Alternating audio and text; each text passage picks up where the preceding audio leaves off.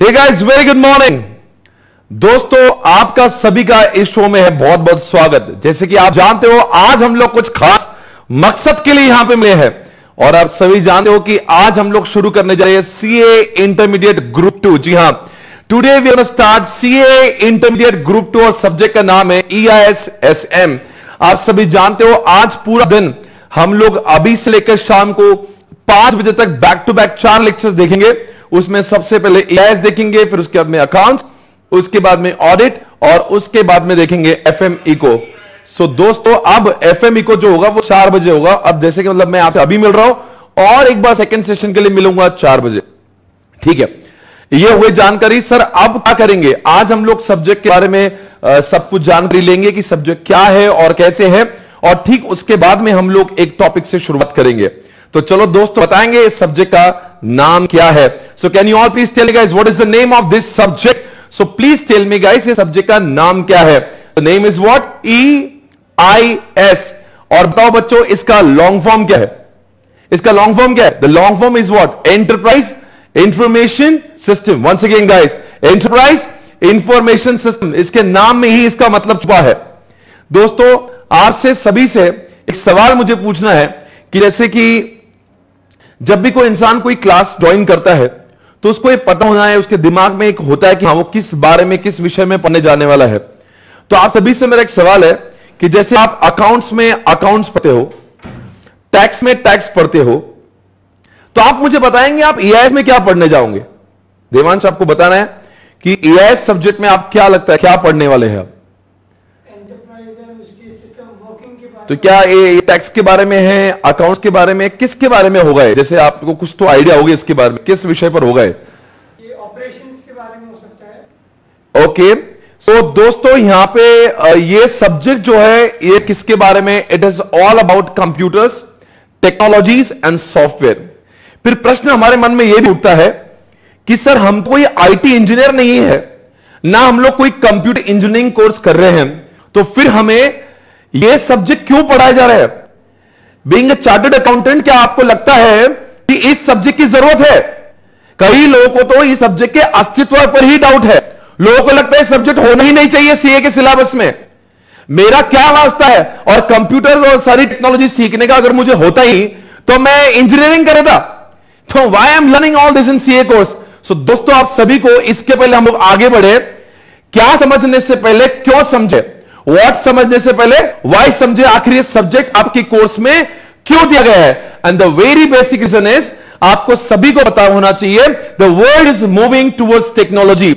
आप सभी जानते हैं दुनिया में हर कोई ऑर्गेनाइजेशन जिसका आप ऑडिट करने जा रहे हो, जिसका आप टैक्सेशन करने वाले हो, जिसका आप अकाउंटिंग करने वाले हो, हर कोई ऑर्गेनाइजेशन आज के बाद में, आप देख रहे हो कई सालों से आजकल क्या कर रही है, they are moved towards what, the automated systems, they are moved towards technology. The people have stopped using what, manual system, and they're moving towards technology. जैसे अगर बात करेंगे, सारे लोग अगर टेक्नोलॉजी यूज करने जा रहे हैं, तो अगर मैं उसको ऑडिट करूंगा, अगर मैं उसका टैक्सेशन करूंगा, मैं उसकी अकाउंटिंग करूंगा, तो ये बातें मुझे समझ में कैसे आएगी। इसीलिए दोस्तों, हमारे सिलेबस में उन्हीं टेक्नोलॉजी को पढ़ाया गया है, उन्हीं सॉफ्टवेयर को पढ़ाया गया है जिसके संबंध चार्टर्ड अकाउंटेंट से और कॉमर्स दुनिया से है। दुनिया में बहुत टेक्नोलॉजी है, वो सारी टेक्नोलॉजी को आपको नहीं पढ़ाया जा रहा है। आपको सिर्फ वही टेक्नोलॉजी को पढ़ाया जाएगा जो टेक्नोलॉजी एक चार्टर्ड अकाउंटेंट के जिंदगी में जरूरी होगा। Once you become chartered accountant, जब आप ऑडिट करने जाओगे, आप अकाउंटिंग करने जाओगे किसी ऑर्गेनाइजेशन का, तो आपको उनके सिस्टम्स का ज्ञान होना जरूरी है, आपको उनके टेक्नोलॉजी का ज्ञान होना जरूरी है। इफ यू सपोज आप auditor, suppose you have been appointed as an auditor of any, for example लेते हैं आप आइनॉक्स का ऑडिट करने निकले, मैकडॉनल्ड्स को ऑडिट करने निकले, या कोई भी बड़ी ऑर्गेनाइजेशन जिसका सारा सिस्टम जो है टेक्नोलॉजी के ऊपर है, लेट इट बी एनी, कोई भी आप देख लो, ई कॉमर्स का एग्जांपल लेते हैं, सपोज आप have gone for doing audit of Flipkart और अमेजॉन। ऐसे समय पे इनको ऑडिट करने के लिए, इनके बैलेंस शीट को समझने से पहले, इनके P&L अकाउंट समझने से पहले, उनकी टेक्नोलॉजी को समझना बेहद जरूरी है। अगर टेक्नोलॉजी ही समझ में नहीं आई तो आप ऑडिट कैसे करोगे। इसलिए दोस्तों, अकाउंटिंग बाद में, ऑडिट बाद में, टैक्सेशन बाद में आता है, सबसे पहले उनके टेक्नोलॉजी, उनके कंप्यूटर सिस्टम को जानना बेहद जरूरी है। इसलिए दोस्तों आप सभी को आज के बाद में यह बिल्कुल कतई आपके दिल में नहीं रहना चाहिए कि आखिर मैं इस सब्जेक्ट को क्यों पढ़ रहा हूं। इस सब्जेक्ट का होना अनिवार्य है। हमारे चार्टर्ड अकाउंटेंट्स के कोर्स में अगर इस सब्जेक्ट हटा दिया तो दोस्तों सबसे बड़ी प्रॉब्लम हो जाएगी। टैक्सेशन तो समझ जाएंगे, अकाउंट तो समझ जाएंगे, पर करेंगे कैसे। आप यहां तक कि मैं आपको यह भी कह देना चाहता हूं, जब आपकी आर्टिकलशिप चालू होगी, आर्टिकलशिप के पहले दिन से लेकर आखिरी दिन तक आपको सभी को यह बात समझना है, आपका सारा काम कंप्यूटर पर होगा। एक्सेल जैसे सॉफ्टवेयर को यूज करेंगे आप, क्लाइंट्स के ईआरपी जैसे सॉफ्टवेयर को यूज करेंगे आप, टैली जैसे सॉफ्टवेयर को यूज करेंगे आप। तो इन सबका नॉलेज तो हमारे पास होना जरूरी है ना। और अगर इनका सबका नॉलेज ही नहीं होगा तो हम लोग आगे कैसे बढ़ेंगे। सो इसीलिए दोस्तों इस सब्जेक्ट का होना बेहद जरूरी है। इस सब्जेक्ट के अस्तित्व पर कोई डाउट नहीं है। अब दूसरी बात बोलते हैं, सर अगर देखो इस दुनिया में दो टाइप के लोग होते हैं। एक वो लोग होते हैं जिनको प्रैक्टिस करना है, और एक वो लोग होते हैं जिनको अपना खुद का बिजनेस करना है। मैं आपको सभी को यह कह देना चाहता हूं, चाहे आप प्रैक्टिस करें चाहे आप बिजनेस करें, इस सब्जेक्ट का होना बेहद जरूरी है। अगर प्रैक्टिस करेंगे तो आपके क्लाइंट्स के सिस्टम्स को समझने में आपको आसानी हो जाएगी, और अगर आपका खुद का बिजनेस होगा, you would like to use all this technologies in your own business. मैं चाहता हूं कि आज के बाद में हर वो इंसान जो ये सब्जेक्ट पढ़ रहा है उसको यह पता होना चाहिए कि वो सिर्फ 50 मार्क को पाने के लिए इस सब्जेक्ट को नहीं पढ़ रहा है, वो पढ़ रहा है इसीलिए क्योंकि उसको ये टेक्नोलॉजी अपने जीवन में यूज करना है। मैं आपको कहता हूं, लोग कहते थे पहले जमाने में, हमारे मां बाप कहते थे पहले जमाने में कि इंसान मेहनत से आगे जाता है। दोस्तों अब बात बदल चुकी है। इंसान मेहनत से नहीं, मेहनत के साथ साथ में जब टेक्नोलॉजी आ जाती है तो उसकी तरक्की दिन दुगना और रात चौगुना हो जाती है। दोस्तों आइए एग्जाम्पल आप सभी जानते हैं, आप सभी जानते हैं वर्ल्ड का सबसे रिचेस्ट पर्सन, नाम तो सुना होगा, Jeff Bezos, right, the owner of Amazon. दोस्तों कुछ नहीं था ये इंसान, आपको सभी को ये कहना चाहते हैं, जब उसकी उम्र में वो 30 साल का था, he was not having anything but only because of technology he has earned everything।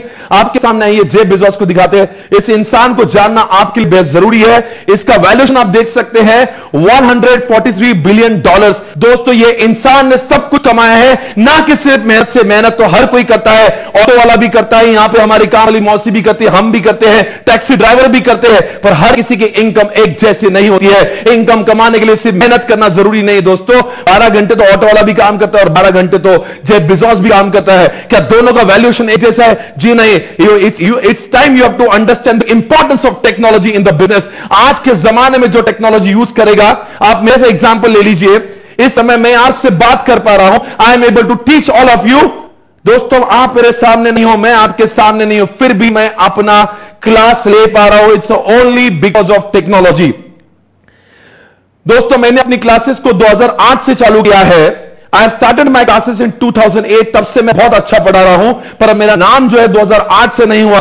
मुझे नाम और मुझे फेम मिला है 2014 के बाद में, बिकॉज तब मैंने अपने बिजनेस में सारी टेक्नोलॉजी, वर्चुअल क्लासेस और पेनड्राइव का इस्तेमाल किया है। दोस्तों यही सब्जेक्ट की बदौलत मुझे समझा कि I should start using technology in my business, जिसकी वजह से मैं आज यहां पे और आप मुझे सुन रहे हो। दोस्तों भारत के महाराष्ट्र में ही नहीं, महाराष्ट्र की बात नहीं कर रहा हूं दोस्तों, इंडिया के हर कोई स्टेट में इस समय लोग यहां पे लेक्चर्स देख रहे हैं। It's only because people are able to know about me, people has understood quality of teaching of me only because of what technology I have started implementing technology in my business। इसीलिए मैंने इतना success achieve किया है। आप मुझे जानते हो ना कि सिर्फ मेरी मेहनत की वजह से, ना कि सिर्फ मेरे टैलेंट की वजह से, पर आप मुझे जानते हो बिकॉज ऑफ टेक्नोलॉजी। मैं घर घर तक पहुंचा हूं ओनली बिकॉज ऑफ टेक्नोलॉजी। सो दोस्तों मैं आप सभी से कहना चाहता हूं कि केवल 50 मार्क को पाने के लिए अगर आप ये सब्जेक्ट कर रहे होंगे तो प्लीज भूल जाइए, मेरी क्लास करने की जरूरत नहीं है। आपको यह समझना होगा, यह सब्जेक्ट अगर आईसीएआई ने दिया है और आपको इस सब्जेक्ट को ऐसे पढ़ना है कि आपको अपने जिंदगी में, अपने मां बाप के बिजनेस में, आपके खुद के बिजनेस में, अपने क्लाइंट के बिजनेस में, आपको सभी को एक टेक्नोलॉजी का इस्तेमाल करना होगा। तो फिर देखिए दोस्तों आपकी तरक्की ही तरक्की होगी। सो दोस्तों आपके दिमाग से वहम निकाल दो कि मैं क्लास में हर रोज आता हूं क्योंकि मुझे पास होना है। दोस्तों 30 और 40 मार्क लाना है तो मेरी क्लास करने की जरूरत नहीं है। We are sitting here to understand every concept practically. कौन कहता है ये सब्जेक्ट थियोरेटिकल है? मैं कहता हूं प्रैक्टिकल है। मैं कहता हूं प्रैक्टिकल है। देवांश आप बताइए, मैं आपसे सवाल पूछना चाहता हूं। आप मुझे बताओ, क्या वाईफाई आपने कभी यूज किया है? ये थियरी है क्या प्रैक्टिकल है? प्रैक्टिकल है। तो मुझे बताओ ये सब्जेक्ट में वाईफाई सीखा जाएगा। आप बताओ लैन है, वैन है, या ई कॉमर्स है या एम कॉमर्स है? आपने ई कॉमर्स का नाम सुना है? Can you please tell some of the website जो ई कॉमर्स में काम करती है? फ्लिपकार्ट, अमेजॉन। ये प्रैक्टिकल है कि थ्योरी है? ये तो पूरा प्रैक्टिकल है। तो वो लोग बेवकूफ है जो इस सब्जेक्ट को थ्योरेटिकल मानते हैं। हमारा चैप्टर 4 पूरा ई कॉमर्स और एम कॉमर्स के बारे में है और लोग इसको थ्योरी समझकर पढ़ते हैं और मार्क्स कम लेकर आते हैं। मेरा पहले दिन से आपको कहना होगा, हर कोई टॉपिक, हर कोई विषय में जो भी मैं पढ़ाऊंगा, कोई भी मुद्दे और कोई भी कॉन्सेप्ट पढ़ाऊंगा, everything will be taught practically. हर चीज का प्रैक्टिकल आपको दिखाया जाएगा और फिर मैं आपको टैली करा के दूंगा। देखो आईसीआई ने क्यों लिखा है, बिकॉज अभी हमने प्रैक्टिकल जो देखा है वही आईसीआई ने किताबें छपवाई। अगर आप इसको थ्योरेटिकल सब्जेक्ट समझेंगे तो you are underestimating the power of this subject. This subject is not only on paper, it is practically used everywhere in the world. I am not saying in India, everywhere in the world. तो इसलिए understand the power of this subject. ये subject पूरा practically आपको दिखाया जाएगा। तो आज मैं क्लाउड कंप्यूटिंग पढ़ाने वाला हूं, तो क्लाउड कंप्यूटिंग में आपको क्लाउड दिखाऊंगा। क्लाउड कोई थ्योरी नहीं है, cloud practically it is been used everywhere. So everybody who is understanding this subject, जिसको दिल से जिंदगी में बहुत आगे बढ़ा है। दोस्तों मैंने अपनी क्लासेस चालू करके सिर्फ 12 साल हुए, पर तरक्की हासिल की है ना 2014 की बात की है, because I started using technology after 2014। इसलिए आप बच्चों मैं आपको कुछ एग्जांपल्स देना चाहूंगा। कुछ ऐसे एग्जांपल्स है, कुछ ऐसे लोग हैं जिन्होंने जितनी पॉपुलैरिटी पाई है वो ओनली बिकॉज ऑफ टेक्नोलॉजी है। मैं आपको कुछ एग्जांपल आपके सामने, you must have heard about, आपने बहुत सारे लोगों के नाम सुने होंगे, जिसमें से जेफ बेजोस तो आपने नाम सुन लिया। मैं आगे आपको कुछ नाम एग्जांपल देना चाहूंगा। Let's take an example of Paytm guys. Paytm, आप मुझे बताओ पेटीएम क्या है? कोई ये बंदा है जो, चलो एग्जांपल पेटीएम ले लो, ओला ले लो, रेड बस ले लो, ये सारे एग्जांपल जितने भी स्टार्टअप है दोस्तों, मेहनत तो उन्होंने भी की, मेहनत तो हमने भी की है। पर दोस्तों आप मुझे बताइए 5 और 10 साल में ये बिलियनियर्स बन जाते हैं। क्या कर दिया इन लोगों ने ऐसा कि हम मेहनत नहीं करते, हमारे मां बाप ने मेहनत नहीं करी, हम सब मेहनत करते हैं, पर सफलता उनको मिली है बिकॉज उन्होंने कुछ हटके किया है। वो समय आ चुका है, हमारे मां बाप ने टेक्नोलॉजी का इस्तेमाल नहीं किया इसका मतलब हम नहीं करेंगे, ऐसा नहीं है। It's our time, we have to implement. हो सकता है बिजनेस आपके पापा का ही करेंगे, बट दोस्तों धंधा नहीं बदलेंगे, धंधे करने के तरीके बदलेंगे। सो आओ दोस्तों देखते हैं आपके सामने कुछ एग्जांपल्स। आइए आपके सामने इस समय मैं दिखा रहा हूं वर्ल्ड के टॉप रिचेस्ट 2% आपको दिखाई दे रहे होंगे, जेफ बेजोस और बिल गेट्स। दोस्तों इनकी नेटवर्थ आपके सामने $145 बिलियन एंड $104 बिलियन। दोस्तों इनका ये बताएंगे ये कौन सा काम करते हैं? दोस्तों ये दोनों के दोनों क्या काम करते हैं? They are working, they are dealing in technology. और आप सभी जानते हो टेक्नोलॉजी वाले इंसान ही दुनिया में सबसे आगे रहते हैं। ऐसे बहुत एग्जांपल्स। अच्छा ये आप कहेंगे सर सब्जेक्ट के बारे में बात करके आप इनके बारे में क्यों बात करो? दोस्तों अगर ये बातें नहीं करूंगा तो हर कोई इंसान जो इस क्लास में बैठा है वो यही सोचता रहेगा कि आखिर मैं क्यों पढ़ रहा हूं। अरे दोस्तों क्यों को दिमाग से निकालने के लिए मुझे आपको ये बताना होगा कि आखिर क्यों हम लोग इस सब्जेक्ट को पढ़ते हैं। इस सब्जेक्ट को पढ़ना आपके लिए अनिवार्य है, वरना आप आम आदमी बन रह जाओगे। दुनिया में 2 किस्म के लोग होते हैं, एक आम एक खास। अगर खास बनने की आशा है आपके दिल में है, अगर आप लोग लगता है कि मैंने बहुत बड़ा बिलियनर बनना चाहिए, तो टेक्नोलॉजी को समझना बहुत जरूरी है। और दोस्तों देखते हैं रेड बस आपके सामने। दोस्तों ये बंदा आपको, मैं अब इस बंद को भी दिखाऊंगा, रेड बस का ओनर कौन है आपके सामने। आप सभी जानते हैं आईबीबो आप सभी जानते हैं, उन्होंने इसको एक्वायर किया था। बट रेड बस का वैल्यूएशन आपके सामने इस अबाउट 800 करोड़ $138 बिलियन।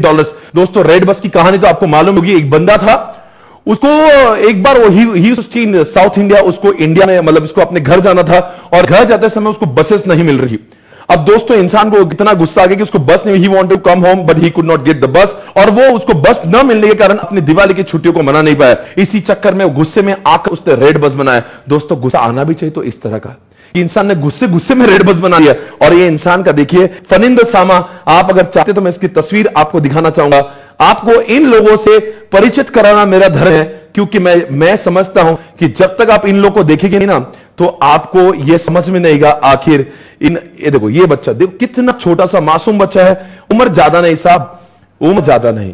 देखिए ये है फरिंद्र सामा, आपको चेहरे से समझ में आ रहा होगा, he is not even more than 30 years old। दोस्तों इस तरह की चीजें अगर अच्छी करना है तो आपको दुनिया में टेक्नोलॉजी का इस्तेमाल करना कुछ नहीं कि आज मार्केट में 70% से ज्यादा मार्केट शेयर है। जब भी कोई इंसान बस के टिकट की बुकिंग बात करता है, किसी को भी ट्रैवल की बुकिंग करना होती है, इंसान रेड बस की बात करता है। और दोस्तों अगला एग्जांपल आप सभी जानते हो, बहुत ही फेमस इंसान को आपको मिला रहा हो, नाम तो सुना है, ओला के ओनर भाविश अग्रवाल आपके सामने इस समय है। अग्रवाल की बात निकली है दोस्तों, और एक अग्रवाल आप जानते होंगे, रितेश अग्रवाल, जो ओला के ओनर है। अब दोस्तों ओला को कौन नहीं जानता और ओला को कौन नहीं जानता। दोस्तों इनका नेटवर्क देखिए, इनकी कामयाबी देखिए, मेहनत तो उन्होंने भी की है। और 2008 से, फॉर एग्जांपल 2008 से कोई इंसान चार्टर्ड अकाउंटेंट बना है और 2008 से ओला का ओनर काम कर रहा है। क्या दोनों का नेटवर्क मैच कर पाएगा? नहीं कर पाएगा, बिकॉज इन्होंने समझा है, they have understood the potential of technology. इसलिए बोल रहा हूं, do not underestimate the power of this subject. आओ देखते हैं, भाविश अग्रवाल से मिलते हैं।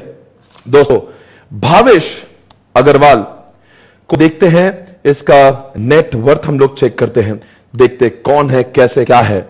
आपके सामने इस समय इस बंदे का एज है 34, भाविश अग्रवाल, ये है ओला के ओनर। और आप आज इंडिया में ओला कौन नहीं जानता, everybody is aware about it. और आप सभी जानते हो, ये जो देखो धंधा नहीं बदला, पहले भी लोग टैक्सी बुकिंग करते थे, पर यहां पे लोकल जगह पे जाके किसी एजेंट से बुकिंग कराते थे।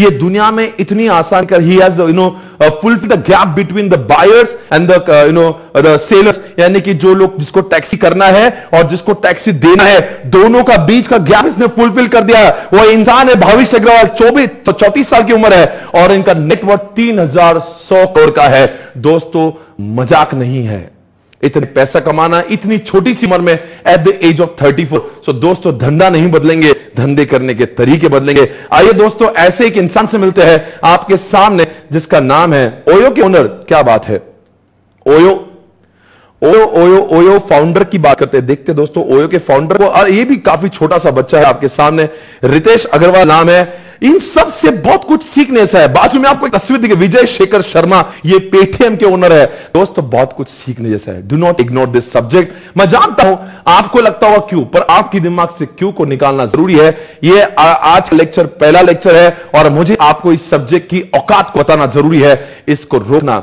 मुश्किल नहीं, नामुमकिन है।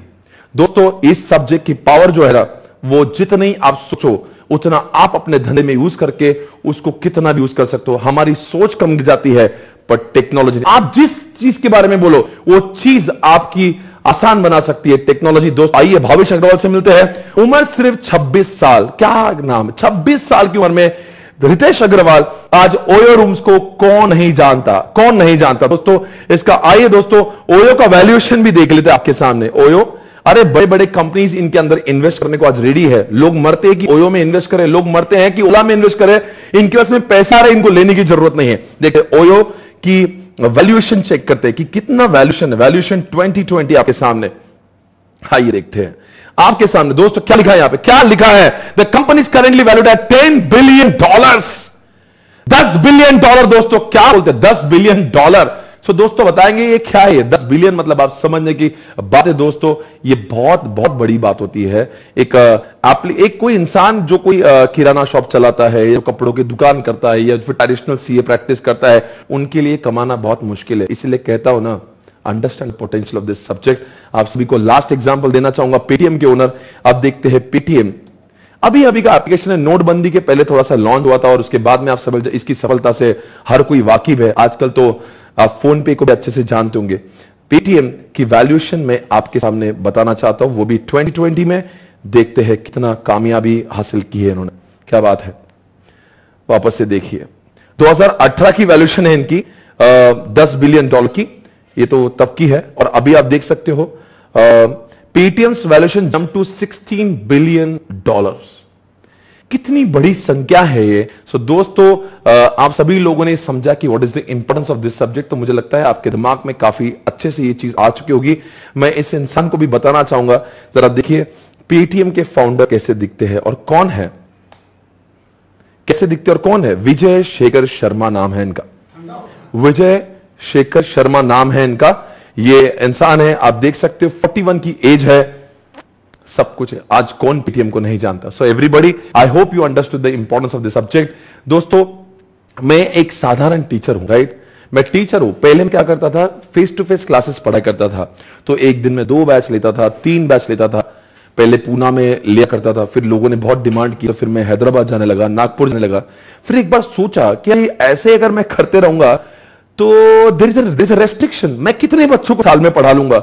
और इतनी मेहनत करा, रोज आईटी की बैचेस ले रहा हूं, एसएम की ले रहा हूं, ईआईएस की बैचेस ले रहा हूं, उसके बाद में इसका की बैचेस ले रहा हूं। मैं दिन भर बैचेस लिया करने का, और हाथ में जो मिलता था वो आज के कंपैरिजन में कम है। आज मेहनत कम है, पैसा ज्यादा है, बिकॉज मैंने टेक्नोलॉजी का इस्तेमाल किया। मैं एक बार लेक्चर रिकॉर्ड कर लेता हूं, मेरी 160 ब्रांचेस इंडिया में है। आप सोच के देखिए, मैं एक बार पढ़ाता हूं, वही लेक्चर 500 बार अलग अलग ब्रांचेस में चलता है। यानी कि मैंने धंधा नहीं बदला, धंधे करने के तरीके बदला है। I hope you understood the importance of this subject. Now let's move on to the next topic. दोस्तों देखते हैं इस सब्जेक्ट के बारे में, आगे बढ़ते कि सब्जेक्ट में कितने चैप्टर्स है और कैसे सब्जेक्ट। आप सभी जानते हो ग्रुप 2 के पूरे सब्जेक्ट का टोटल स्कोर है 400, उसमें एक सब्जेक्ट है जिसका नाम है ईएएस एसएम। आप बताएंगे दोस्तों ग्रुप 2 में कुल मिलाकर, देवांश बताइए ग्रुप 2 में कितने सब्जेक्ट है, 4 या 6?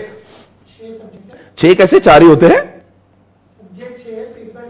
सब्जेक्ट 6 है, पेपर 4। आप बताएंगे 4 जो 2 सब्जेक्ट एडिशनल है वो कौन से हुए? एफएम के साथ में इको जोड़ दिया और ईआईएस के साथ में एसएम को जोड़ दिया। और आप जानते हैं ऑडिट और अकाउंट्स तो है ही। तो इस तरह से दोस्तों अगर आपको समझ में आ रहा होगा तो हमारे पास में कहने के लिए 4 सब्जेक्ट है, पर वो अंदर ही अंदर 6 सब्जेक्ट है। जैसे ये ईआईएस का वैल्यूएशन कितने मार्क्स का है? 50 मार्क्स के लिए। और एसएम कितने मार्क्स का है? 50। कोई इंसान कहता सर ये ईआईएस तो कहता 50 मार्क्स का है टेक्नोलॉजी के बारे में, क्या सर एसएम भी टेक्नोलॉजी है क्या? वो भी यही है। वास्तविक जीवन में ईआईएस और एसएम का कोई भी संबंध नहीं है। एसएम टॉक्स अबाउट बिजनेस, कि बिजनेस को कैसा आगे ले जाए, कैसे कैसे नई स्ट्रेटजी बनाया जाए, वो एसएम की बात है। ईआईएस ये बात नहीं करता। ईआईएस कहता है कि जो तुम्हारा बिजनेस है उसको मैं कैसा ऑटोमेटेड करा के और स्मूथली कर सकता हूं। मैंने इंडिया में 160 ब्रांचेस चालू कराई, ये एसएम है। मैंने पेनड्राइव लॉन्च कराई, ये एसएम है। मैंने ये जो कर रहा हूं मैं, ये लाइव स्ट्रीमिंग कर रहा हूं, ये दिमाग है, मैंने स्ट्रैटेजी लगाई कि चलो एक काम करते लाइव स्ट्रीमिंग करा दे, ये एसएम है। पर इसको मुमकिन कराने के लिए जो टेक्नोलॉजी का इस्तेमाल कर रहा हूं ये ईआईएस है। So I am using the blend of both. तो वैसे अगर देखेंगे आप तो वास्तविक जीवन में एसएम आपको सिखाता है कि बिजनेस को एक्सेल कैसे करें, कैसे हम लोग नए नए स्ट्रेटेजी लगा के हम आगे जा सकते हैं।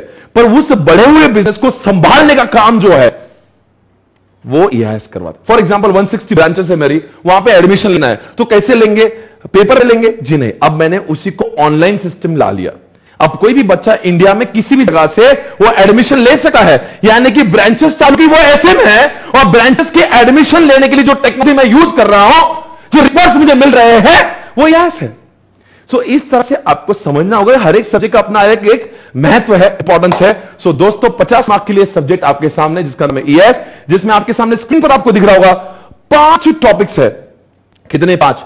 और each and every chapter is equally important. हर कोई चैप्टर इक्वली इंपॉर्टेंट दोस्तों, इसमें कोई चैप्टर को ज्यादा वेटेज है और किसी को कम है, ऐसा नहीं है। Every chapter is having equal importance.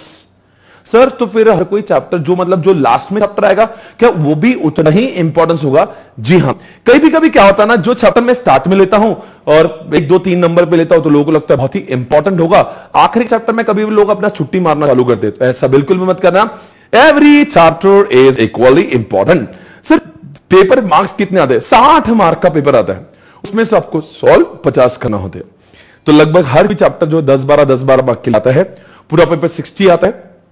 सबसे अच्छी बात जो है, हमारे पेपर में आजकल 15 मार्क का एमसीक्यू आता है। ये बहुत खुशी की बात है। 15 मार्क ईआईएस में और 15 मार्क एसएम में, तो दोस्त 15 और 15 हो गए 30। पहले एक जमाने में ईआईएस और एसएम में एग्जाम्शन लाना बहुत डिफिकल्ट हुआ। ऐसा नहीं कि लोग नहीं लाते थे, एवरीथिंग वाज डिस्क्रिप्टिव और people were still able to score exemption, but तब एग्जाम्शन लाना काफी कठिन हुआ करता था। पर 100 में से 30 मार्क है एमसीक्यू के, 70 मार्क है डिस्क्रिप्शन के। अब अगर आपने लेक्चर को इज्जत से सुन लिया ना, मेरे किताबों को आपने इज्जत से पढ़ लिया ना, इस किताबों के बाहर कुछ नहीं आएगा। हर कोई एमसीक्यू इसी जगह से आएगा। सबसे अच्छी बात है ना इस सब्जेक्ट की, ईआईएस एसएम की, nothing will come beyond the book. Whatever books will be given to you, उसी किताबों में से सब कुछ 100 मार्क का आएगा। If you take an example of accounts and FME को, since they are the practical subject, उसमें ICA किसी भी मोड में आकर आपको बजा सकता है कुछ भी नए नए एग्जाम्पल और केस स्टडी और नए questions locker. But since this is the theoretical subject, इसका एक चीज बहुत अच्छी है कि बाउंड्री डिफाइंड है। जो भी पूछा जाएगा वो इसी बुक से पूछा जाएगा, इसके बाहर कुछ नहीं होगा। इसीलिए दोस्तों इस सब्जेक्ट में स्कोर करना हो गया है आसान, क्योंकि 30 में से लोगों को 30 मिल जाते हैं और 70 में से अगर हमारी इंग्लिश थोड़ी खराब भी है, हैंडराइटिंग थोड़ी खराब भी है और दोस्तों पर आपके कॉन्सेप्ट अच्छे हैं, तो आप 30-35 मार्क अच्छे से स्कोर कर लोगे। तो इस सब्जेक्ट में एग्जामिनेशन लाना अब बहुत मुश्किल नहीं। इस बार जो एग्जामिनेशन हुई थी यानी कि नवंबर 19 की, इतने एग्जामिनेशंस आए थे, because that was the first attempt जब आईसीए ने एमसीक्यू को अनाउंस किया था। और ये आपके लिए बहुत ही खुशी की बात है कि अब इस सब्जेक्ट को स्कोर करना बहुत आसान है। अब इस सब्जेक्ट बोरिंग नहीं पर स्कोरिंग बन चुका है। So you have to think it from that perspective. और मैं आपको सभी को देवर्ष कैसे है ना, लोग जो ग्रुप 2 में फेल होते हैं ना, वो इसीलिए फेल नहीं होते हैं कि उनको 40 मार्क हर सब्जेक्ट में नहीं आ रहे। फेल इसीलिए होते हैं कि उनको 200 मार्क का टोटल नहीं आ रहा। That is the problem. They are not able to score aggregate 200 marks. That is the basic problem with what this group 2. क्योंकि इसमें 2 theory सब्जेक्ट है, ऑडिट है, EIS-SM है। तो आपको सभी को कह देना चाहता हूं, 4 सब्जेक्ट में से 2 सब्जेक्ट आपने ऐसे चूज करना चाहिए where you feel that you should be very confident scoring exemption। यानी कि मान लो लेटेड आप, जैसे कि मैं EIS पढ़ा होगा और मुझे पता है आपका फेवरेट सब्जेक्ट होने वाला है, तो एग्जांपल लेते आपको EIS-SM फेवरेट हो गया, और एग्जांपल ये लेते, चारों में से कोई भी होंगे पर अभी एग्जांपल लेते, EIS-SM और FME को आपका फेवरेट हो गया।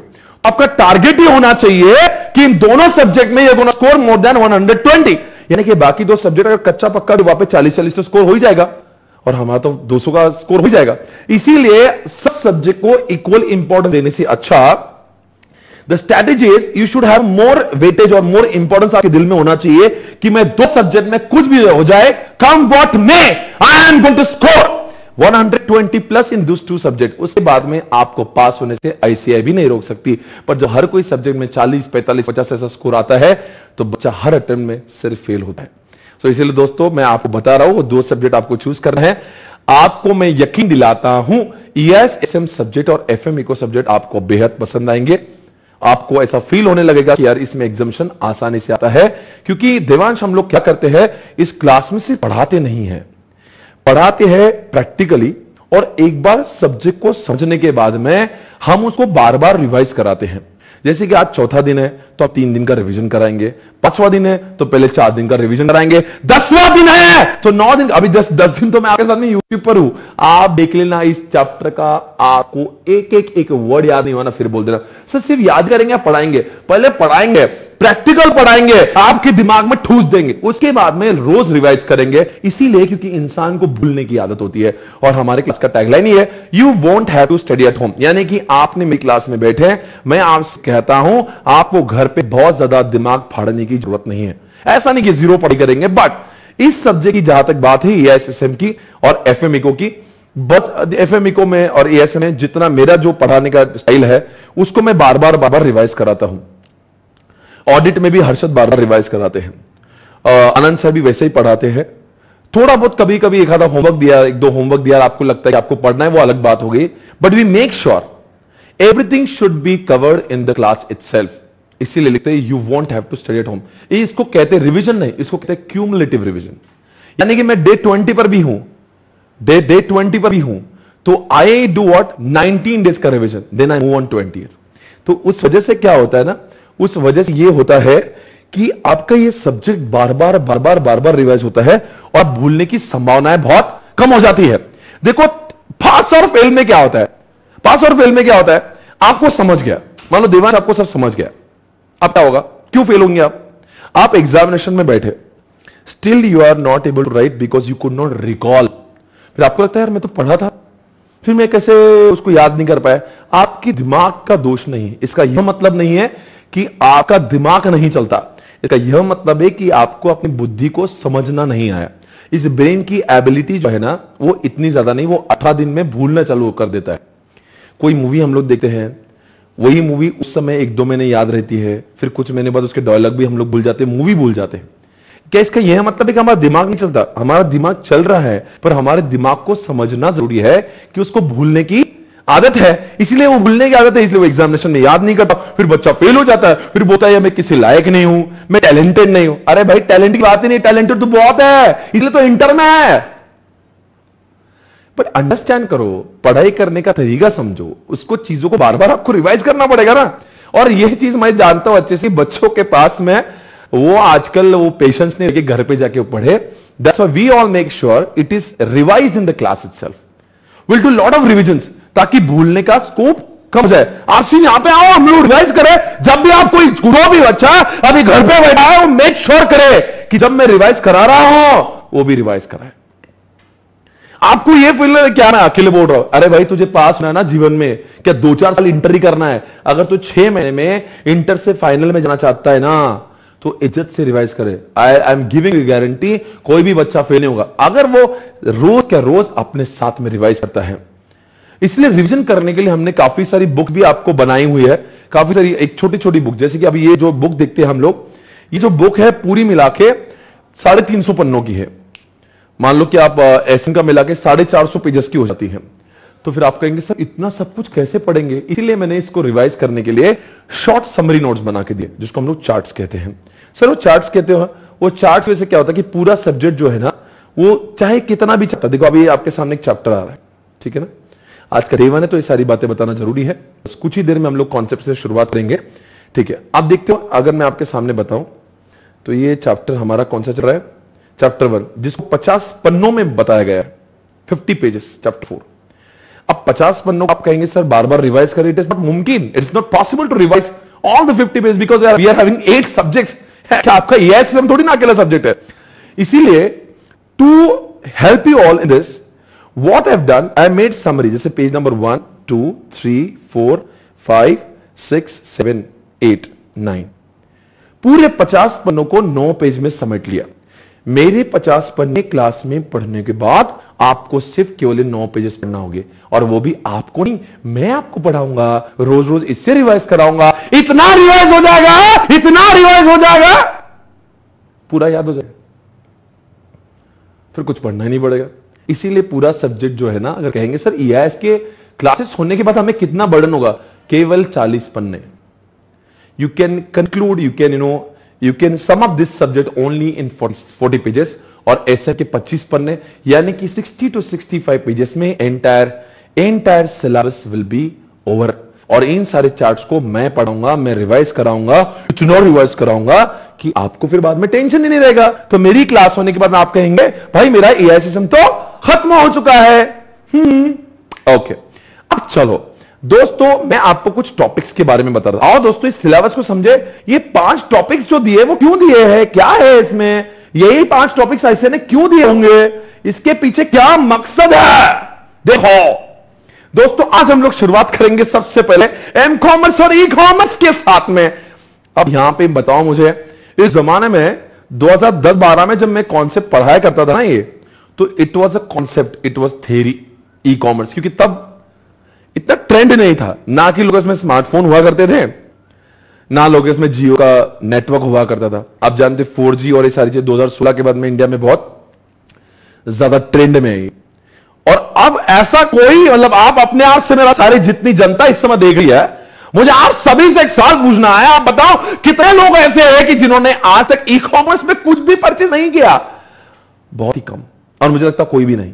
देवांश, आपने ई कॉमर्स से कभी कुछ परचेस किया है? कहां से क्या परचेस किया बताओ आपने? फ्लिपकार्ट से शूज परचेस किया आपने? तो फिर क्या हुआ था उसमें, आए आपके घर पे? और पेमेंट कैसे किया था आपने? ऑनलाइन पेमेंट आ जाते हैं बिल्कुल जैसे हम लोग चाहते थे वैसी चीज आ जाती है। क्या आपको लगता नहीं the world is moving towards e commerce? लोगों ने शॉप से बाय करना कम करके ई कॉमर्स पर जाने लगे। Can you please tell me some of the famous websites? जैसे फ्लिपकार्ट है, अमेजॉन है, स्नैपडील है, ये सारी बहुत ही प्रचलित वेबसाइट है। और वैसे आजकल देख रहे हो, लॉकडाउन के बाद में और इस कोरोना के बाद में आप खुद अपने आप से देखिए, हमें दुकानों में जाने का डर लगता है, कोरोना का डर। इसीलिए दोस्तों ई कॉमर्स बहुत फेमस हो चुका है, बहुत ही ज्यादा ट्रेंडिंग है।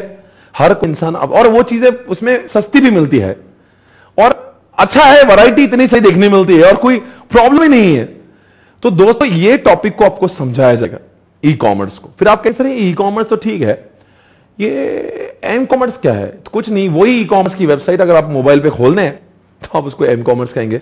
M is for what? Mobile. E for electronic commerce, M for mobile commerce. तो कुछ नहीं, अगर फ्लिपकार्ट ने अगर फ्लिपकार्ट का ऐप बनाया हुआ है और वो अगर आप मोबाइल में खोल दे, अमेजॉन ऐप अगर आप मोबाइल पे खोल दे, तो आप उसको एम कॉमर्स कहेंगे। तो कुछ नहीं, उसमें बहुत बड़ी बात नहीं, वन एंड द सेम है। But the world is moving towards e commerce, right?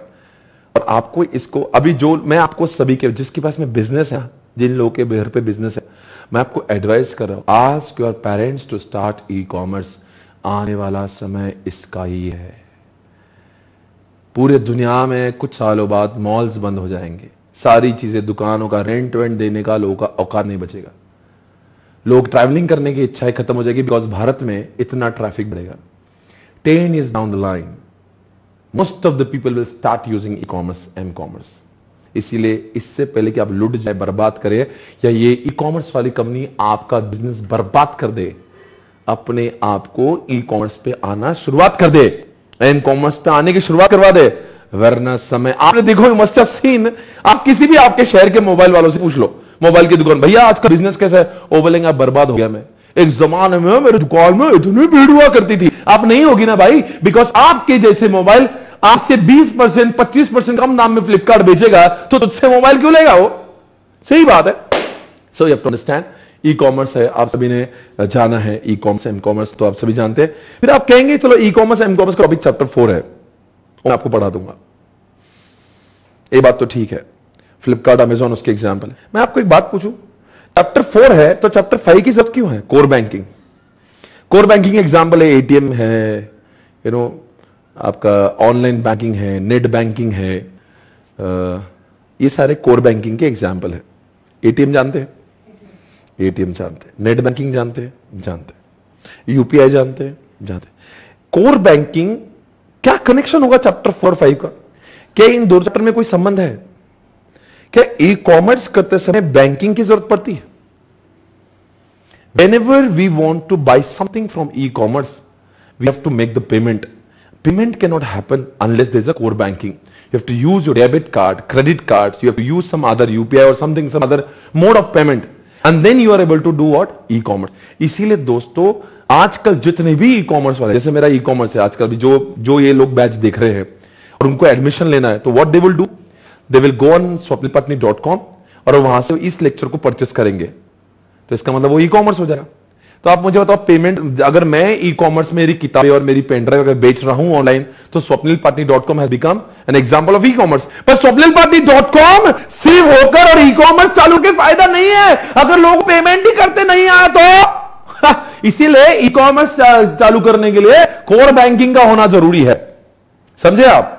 इसलिए पेमेंट गेटवेज और ये यूपीआई मेथड जो होती है, लेटेस्ट इलेक्ट्रॉनिक मोड्स क्या होते हैं, कैसे पेमेंट किया जाता है, इन सारी बातों को समझाने के लिए चैप्टर 5 को लाया गया। कोर का लॉन्ग फॉर्म होता है centralize online real time environment. ये कोर का लॉन्ग फॉर्म है, पर वो सारी बातों को डिटेल में देखेंगे, क्योंकि पूरा जो मैं पढ़ाने वाला हूं ये पूरा सिलेबस 50 से 60 लेक्चर का है, ठीक है? एसएम सब्जेक्ट इससे छोटा आता है, वो 25 लेक्चर का होता है। कुल मिला के हम लोग कोशिश करते हैं 70-80 लेक्चर में सारा सिलेबस हो जाए।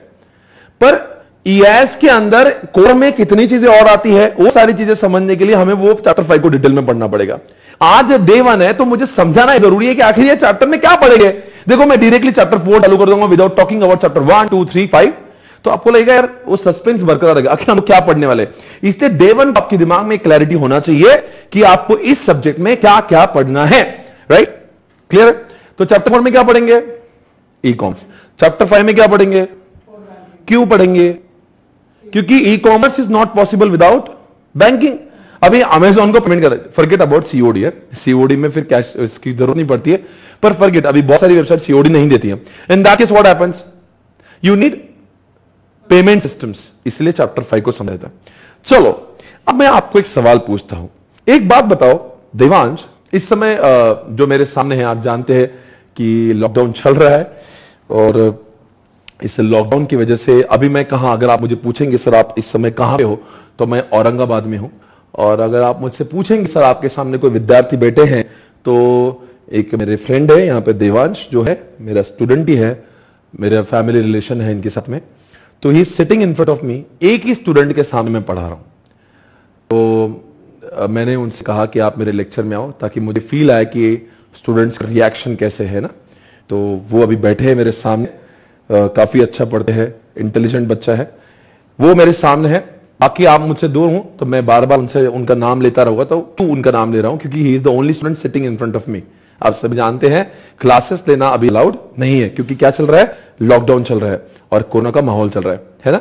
और सभी लोग, मैं उम्मीद कर रहा हूं अपने घर में ही है, सुरक्षित है, सेफ है। मजे लीजिए जीवन के, आराम से चिल्ड आउट होकर लेक्चर देखिए। सिर्फ इतना ही रिक्वेस्ट है, सोकर मत देखिए कि नींद ना लग जाए। आप अच्छे से, बिल्कुल डे वन है, आपको यह सोचना है कि इस सब्जेक्ट में एग्जाम्शन ही लाना है, इस भावनाओं से आपको पढ़ना है। दोस्तों बताएंगे चैप्टर 4 और 5 को बाद में। अब एक सवाल देवांश आपसे, आप बताओ अकाउंटिंग की जरूरत क्या है। आप सभी से सवाल पूछेंगे अकाउंटिंग की सॉफ्टवेयर की जरूरत क्या है। मान लो ई कॉमर्स है और फिर कोर बैंकिंग है, फिर हमें चार्टर्ड अकाउंटेंट को अकाउंटिंग सॉफ्टवेयर क्यों पढ़ाया जा रहा है, क्या करना अकाउंटिंग सॉफ्टवेयर का, मुझे बताओ। इंसान, आप सभी जानते हैं, you must have heard about, आपने लॉ पढ़ा है, मैं उम्मीद कर रहा हूं ग्रुप 1 में लॉ पढ़ा होगा, and you must have heard about section number 128, you must have heard about section number 139 of companies act 2013। क्या बोलता है 128, हर कोई कंपनी को बुक्स ऑफ अकाउंट्स को मेंटेन करना बेहद जरूरी है। 129 कहता है कि फाइनेंशियल स्टेटमेंट जब बनाओगे, it has to be true and fair, वो शेड्यूल 3 के हिसाब से होना चाहिए। हाँ, ये सारी चीजें आपने पढ़ी है। हर किसी कंपनी को बुक्स ऑफ अकाउंट। अब मैं अगर ई कॉमर्स का बिजनेस करूंगा और अगर मुझे डिपार्टमेंट पूछेगा, भाई साहब तुम्हारे बुक्स ऑफ अकाउंट्स किधर है, मैं कहूंगा नहीं मेरे पास ई कॉमर्स है। भाई ई कॉमर्स है डिफरेंट, पर ई कॉमर्स का जो ट्रांजैक्शन है उसकी अकाउंटिंग तो करना जरूरी है ना। इसलिए दोस्तों मैनुअल अकाउंटिंग का, मुनीम का, दीवान जी का धंधा चला गया, अब आ चुका है टैली, अब आ चुका है ERP. Now in chapter number 2 we have to understand कि आखिर कैसे हम लोग अकाउंटिंग बहुत अच्छे से कर सकते हैं, हम कैसे अपने अकाउंटिंग को और इंप्रूव कर सकते हैं। एक जमाने में मुंशी जी दीवान जी हुआ करते थे, लाल कलर की वही हुआ करने, मैन्युअली वो जमा नावे करते थे, लिखते थे। अब जमाना बदल चुका है, the things are becoming more automated, चीजें ऑटोमेटेड बन चुकी है। पहले जमाने में जर्नल एंट्री भी हम ही करते थे, जर्नल एंट्री भी हम, लेजर भी हम, पोस्टिंग भी हम, समराइजिंग भी हम, सॉर्टिंग भी हम, टोटलिंग भी हम, रिपोर्टिंग भी हम करते थे। पर टैली ने, ईआरपी ने जैसे हमारा जमाना बदल दिया, हमारा काम क्या हुआ, ईज हो गया। ईज समझता है, द थिंग्स, देखो धंधा नहीं बदला, अकाउंटिंग नहीं बदला, अकाउंटिंग करने के तरीके बदले हैं। अब टैली में हमें सिर्फ जर्नल एंट्री डालना होती है, then everything will be automatically done. Posting, summarising, sorting, calculation, reporting, everything is done automatically. इसलिए चैप्टर नंबर 2 में ये सिखाते हैं कि आप तो धंधा तो कर लोगे, चैप्टर 4 में ई कॉमर्स कर लोगे, चैप्टर 4 में पेमेंट हो जाएगा, पर 128 की पूर्तता करने के लिए आपको अकाउंट्स तो मेंटेन करना पड़ेगा, बैलेंस शीट तो बनाना पड़ेगी, पी&एल तो बनाना पड़ेगा, गवर्नमेंट को तो रिपोर्टिंग करना पड़ेगी। करोगे कैसे, अभी भी मैन्युअली करोगे तो दोस्तों पीछे रह जाओगे। इसलिए चैप्टर नंबर 2 में सिखाएंगे कि आखिर अकाउंटिंग को कैसे अच्छे से कर सकते हैं। चलो एक बात पूछते हैं आपसे, बात निकली है तो आपसे पूछेंगे, what is the difference between tally and ERP, बता सकते हैं आप। टैली और ईआरपी में आपसे पूछना चाहूंगा, टैली और ईआरपी में कुछ फर्क समझता है आपको? देखो, Tally is the software of only and only accounts and only accounts. ERP का लॉन्ग फॉर्म क्या है? Enterprise resources management. एंटरप्राइज यानी कि it is not only about finance, it's about finance, marketing, HR, production, inventory, sales. It is the software of all the departments and not only finance department. मतलब tally में सिर्फ account और finance ही होगा, पर ERP में accounting और finance ही नहीं होगा। अकाउंटिंग और फाइनेंस के साथ साथ में मार्केटिंग का भी डेटा मेंटेन होगा, एचआर वालों का भी काम हो जाएगा, प्रोडक्ट, हर कोई डिपार्टमेंट को सॉफ्टवेयर की जरूरत होती है और वो सबकी पूर्तता करने वाला, सबका मालिक एक नाम तो सुना ही होगा, ईआरपी, एंटरप्राइज रिसोर्सेस प्लानिंग, सबका मालिक एक, इसको लगा दिया लाइट झिंगा लाला। यानी कि क्या होता है, ये सब डिपार्टमेंट का अकेला software. Let it be any department, you get the report from ERP. इसलिए लोगों को अगर लगता है कि if you want to know about it, तो आपने हमेशा याद रखना चाहिए कि टैली सिर्फ अकाउंट और फाइनेंस करता है, वेयरएज ईआरपी सब कुछ करता है, ठीक है ना। पर ये ईआरपी और टैली क्या है, ये चैप्टर नंबर 2 में पढ़ा जाएगा। तो बताओ बच्चों, 3 चैप्टर कौन से हुए? चैप्टर 4 में समझाया जाएगा ई कॉमर्स क्या होता है, फिर पेमेंट करने के लिए चैप्टर 5 में आएंगे, फिर उनका धंधा होगा तो फिर अकाउंटिंग तो 120 के हिसाब से करना पड़ेगी, इसे चैप्टर नंबर 2 में आना पड़ेगा। अब सवाल उठ रहा है सर ये चैप्टर 1 क्या है? Automatic business process. मैंने आपको फिर से कहा था, नाम क्लिक है ऑटोमेटेड बिजनेस प्रोसेस। सर ये बिजनेस प्रोसेस होती क्या है? मैं खाना खा रहा हूं, मैं गाना गा रहा हूं, मैं नहा रहा हूं, बिजनेस प्रोसेस नहीं है। मैं कपड़े धो रहा हूं, बिजनेस प्रोसेस नहीं है। मैं आपको पढ़ा रहा हूं, बिजनेस प्रोसेस है। आप मेरे पे एडमिशन ले रहे हो, बिजनेस प्रोसेस है। मैं आपके लिए बुक्स प्रिंट कर रहा हूं, हाँ ये भी बिजनेस प्रोसेस है। मैं आपके लिए किताबें छाप के आपके घर पे कुरियर भेज रहा हूं, ये भी बिजनेस प्रोसेस है। हर कोई धंधे में अलग अलग टाइप की बिजनेस प्रोसेस होती है। बिग बाजार में जाएंगे, आप जाएंगे बिग बाजार से माल खरीद, उसने बारकोड लगाया, बिजनेस प्रोसेस। उसने पैसे लिए आपसे, बिजनेस प्रोसेस। उसने माल खरीद के आपको बेचा, बिजनेस प्रोसेस। मार्केटिंग किया, बिजनेस प्रोसेस। बिजनेस प्रोसेस तो सब लोग करते हैं, पर बिजनेस प्रोसेस को ऑटोमेशन जिसने किया वो बहुत आगे जाता है। धंधा नहीं बदलना है, वही काम करने की प्रोसेस को अगर हम लोग पहले से ज्यादा अच्छे तरीके से और कम से कम समय में कर ले, तो हम लोग कहेंगे हमने ऑटोमेशन कर लिया।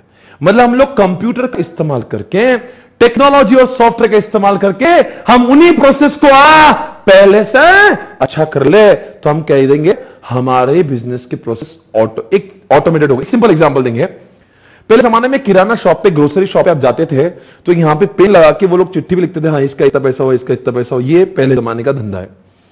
आज के जमाने में इस बिलिंग, और उसमें बिलिंग में क्या था, हम लोग खुद से आंकड़े डालते थे, टोटलिंग हम करते थे और हम लोग उसको करते थे सब कुछ। आज के जमाने में मॉल्स में क्या कर दिया, instead of doing all this they started using barcode. पहले भी बिलिंग हो रही थी, अब भी बिलिंग हो रही है, पर अब बहुत अच्छे से हो रही है। Totalling automated, error free, error की जरूरत नहीं, सब कुछ ऑटोमेटेड। दूसरा एग्जांपल लेंगे। देखो पहले टिकट्स बुकिंग होती थी आईआरसीटीसी में। आईआरसीटीसी का धंधा है, वो रेलवे के टिकट बेचता है। लोग लाइन में लगते थे, 3-4 घंटे उनका नंबर आता था, और बड़ी ही tedious job, it was really hectic. People never used to like such processes. आजकल क्या हुआ, now you can go on irctc.com, वहां पे जाके आप अपने टिकट्स को बुकिंग कर सकते। इसका मतलब क्या है, धंधा नहीं बदला, धंधे करने के टिकट कल भी बिकते थे, आज भी बिकते हैं, पर पहले मैन्युअली बिकते थे, आज ऑटोमेट। अरे थिएटर्स की बात कर लो, पहले आप क्या करते थे, क्या थे आप, used to go to the box office, वहां पे जाके टिकट्स ले लो। आज बुक है, शोज है, आप खड़े खड़े किसी भी जगह से सारे टिकट्स को बाय कर सकते हो। इसका मतलब क्या, लोगों ने धंधा नहीं बदला, बिजनेस प्रोसेस को नहीं बदला, बिजनेस प्रोसेस करने के तरीकों को। मैं कल भी पढ़ा रहा था, आज भी पढ़ा रहा हूं, कल बच्चों के सामने पढ़ा रहा था, 50-50, 100-100 बच्चों को पढ़ा रहा था। आज मैं पढ़ा रहा हूं, बच्चों को पढ़ा रहा हूं जैसे कल पढ़ा रहा था, पर अब मैं टेक्नोलॉजी का इस्तेमाल करके इस बैच को रिकॉर्ड करके साल में 12 बैचेस नहीं लेता हूं, एक ही बैच लेता हूं जिसका असर 12 बैच इतना होता है। पहले 100 बच्चे पढ़ते हैं, अब हजारों बच्चे पढ़ते हैं। धंधा नहीं बदला, धंधे करने का है।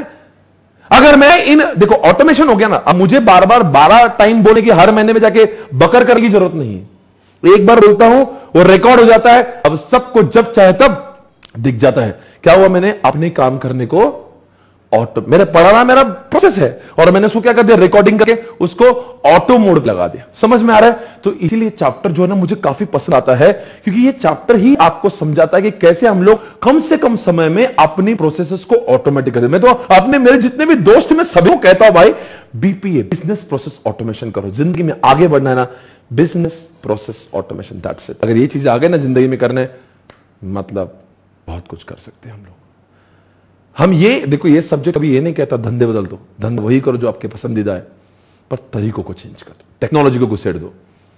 तो ये चैप्टर पढ़ना काफी। तो ई कॉमर्स, और बताओ, मैं आपसे पूछता हूं, ई कॉमर्स ने कौन सी चीजों को ऑटोमेट किया है?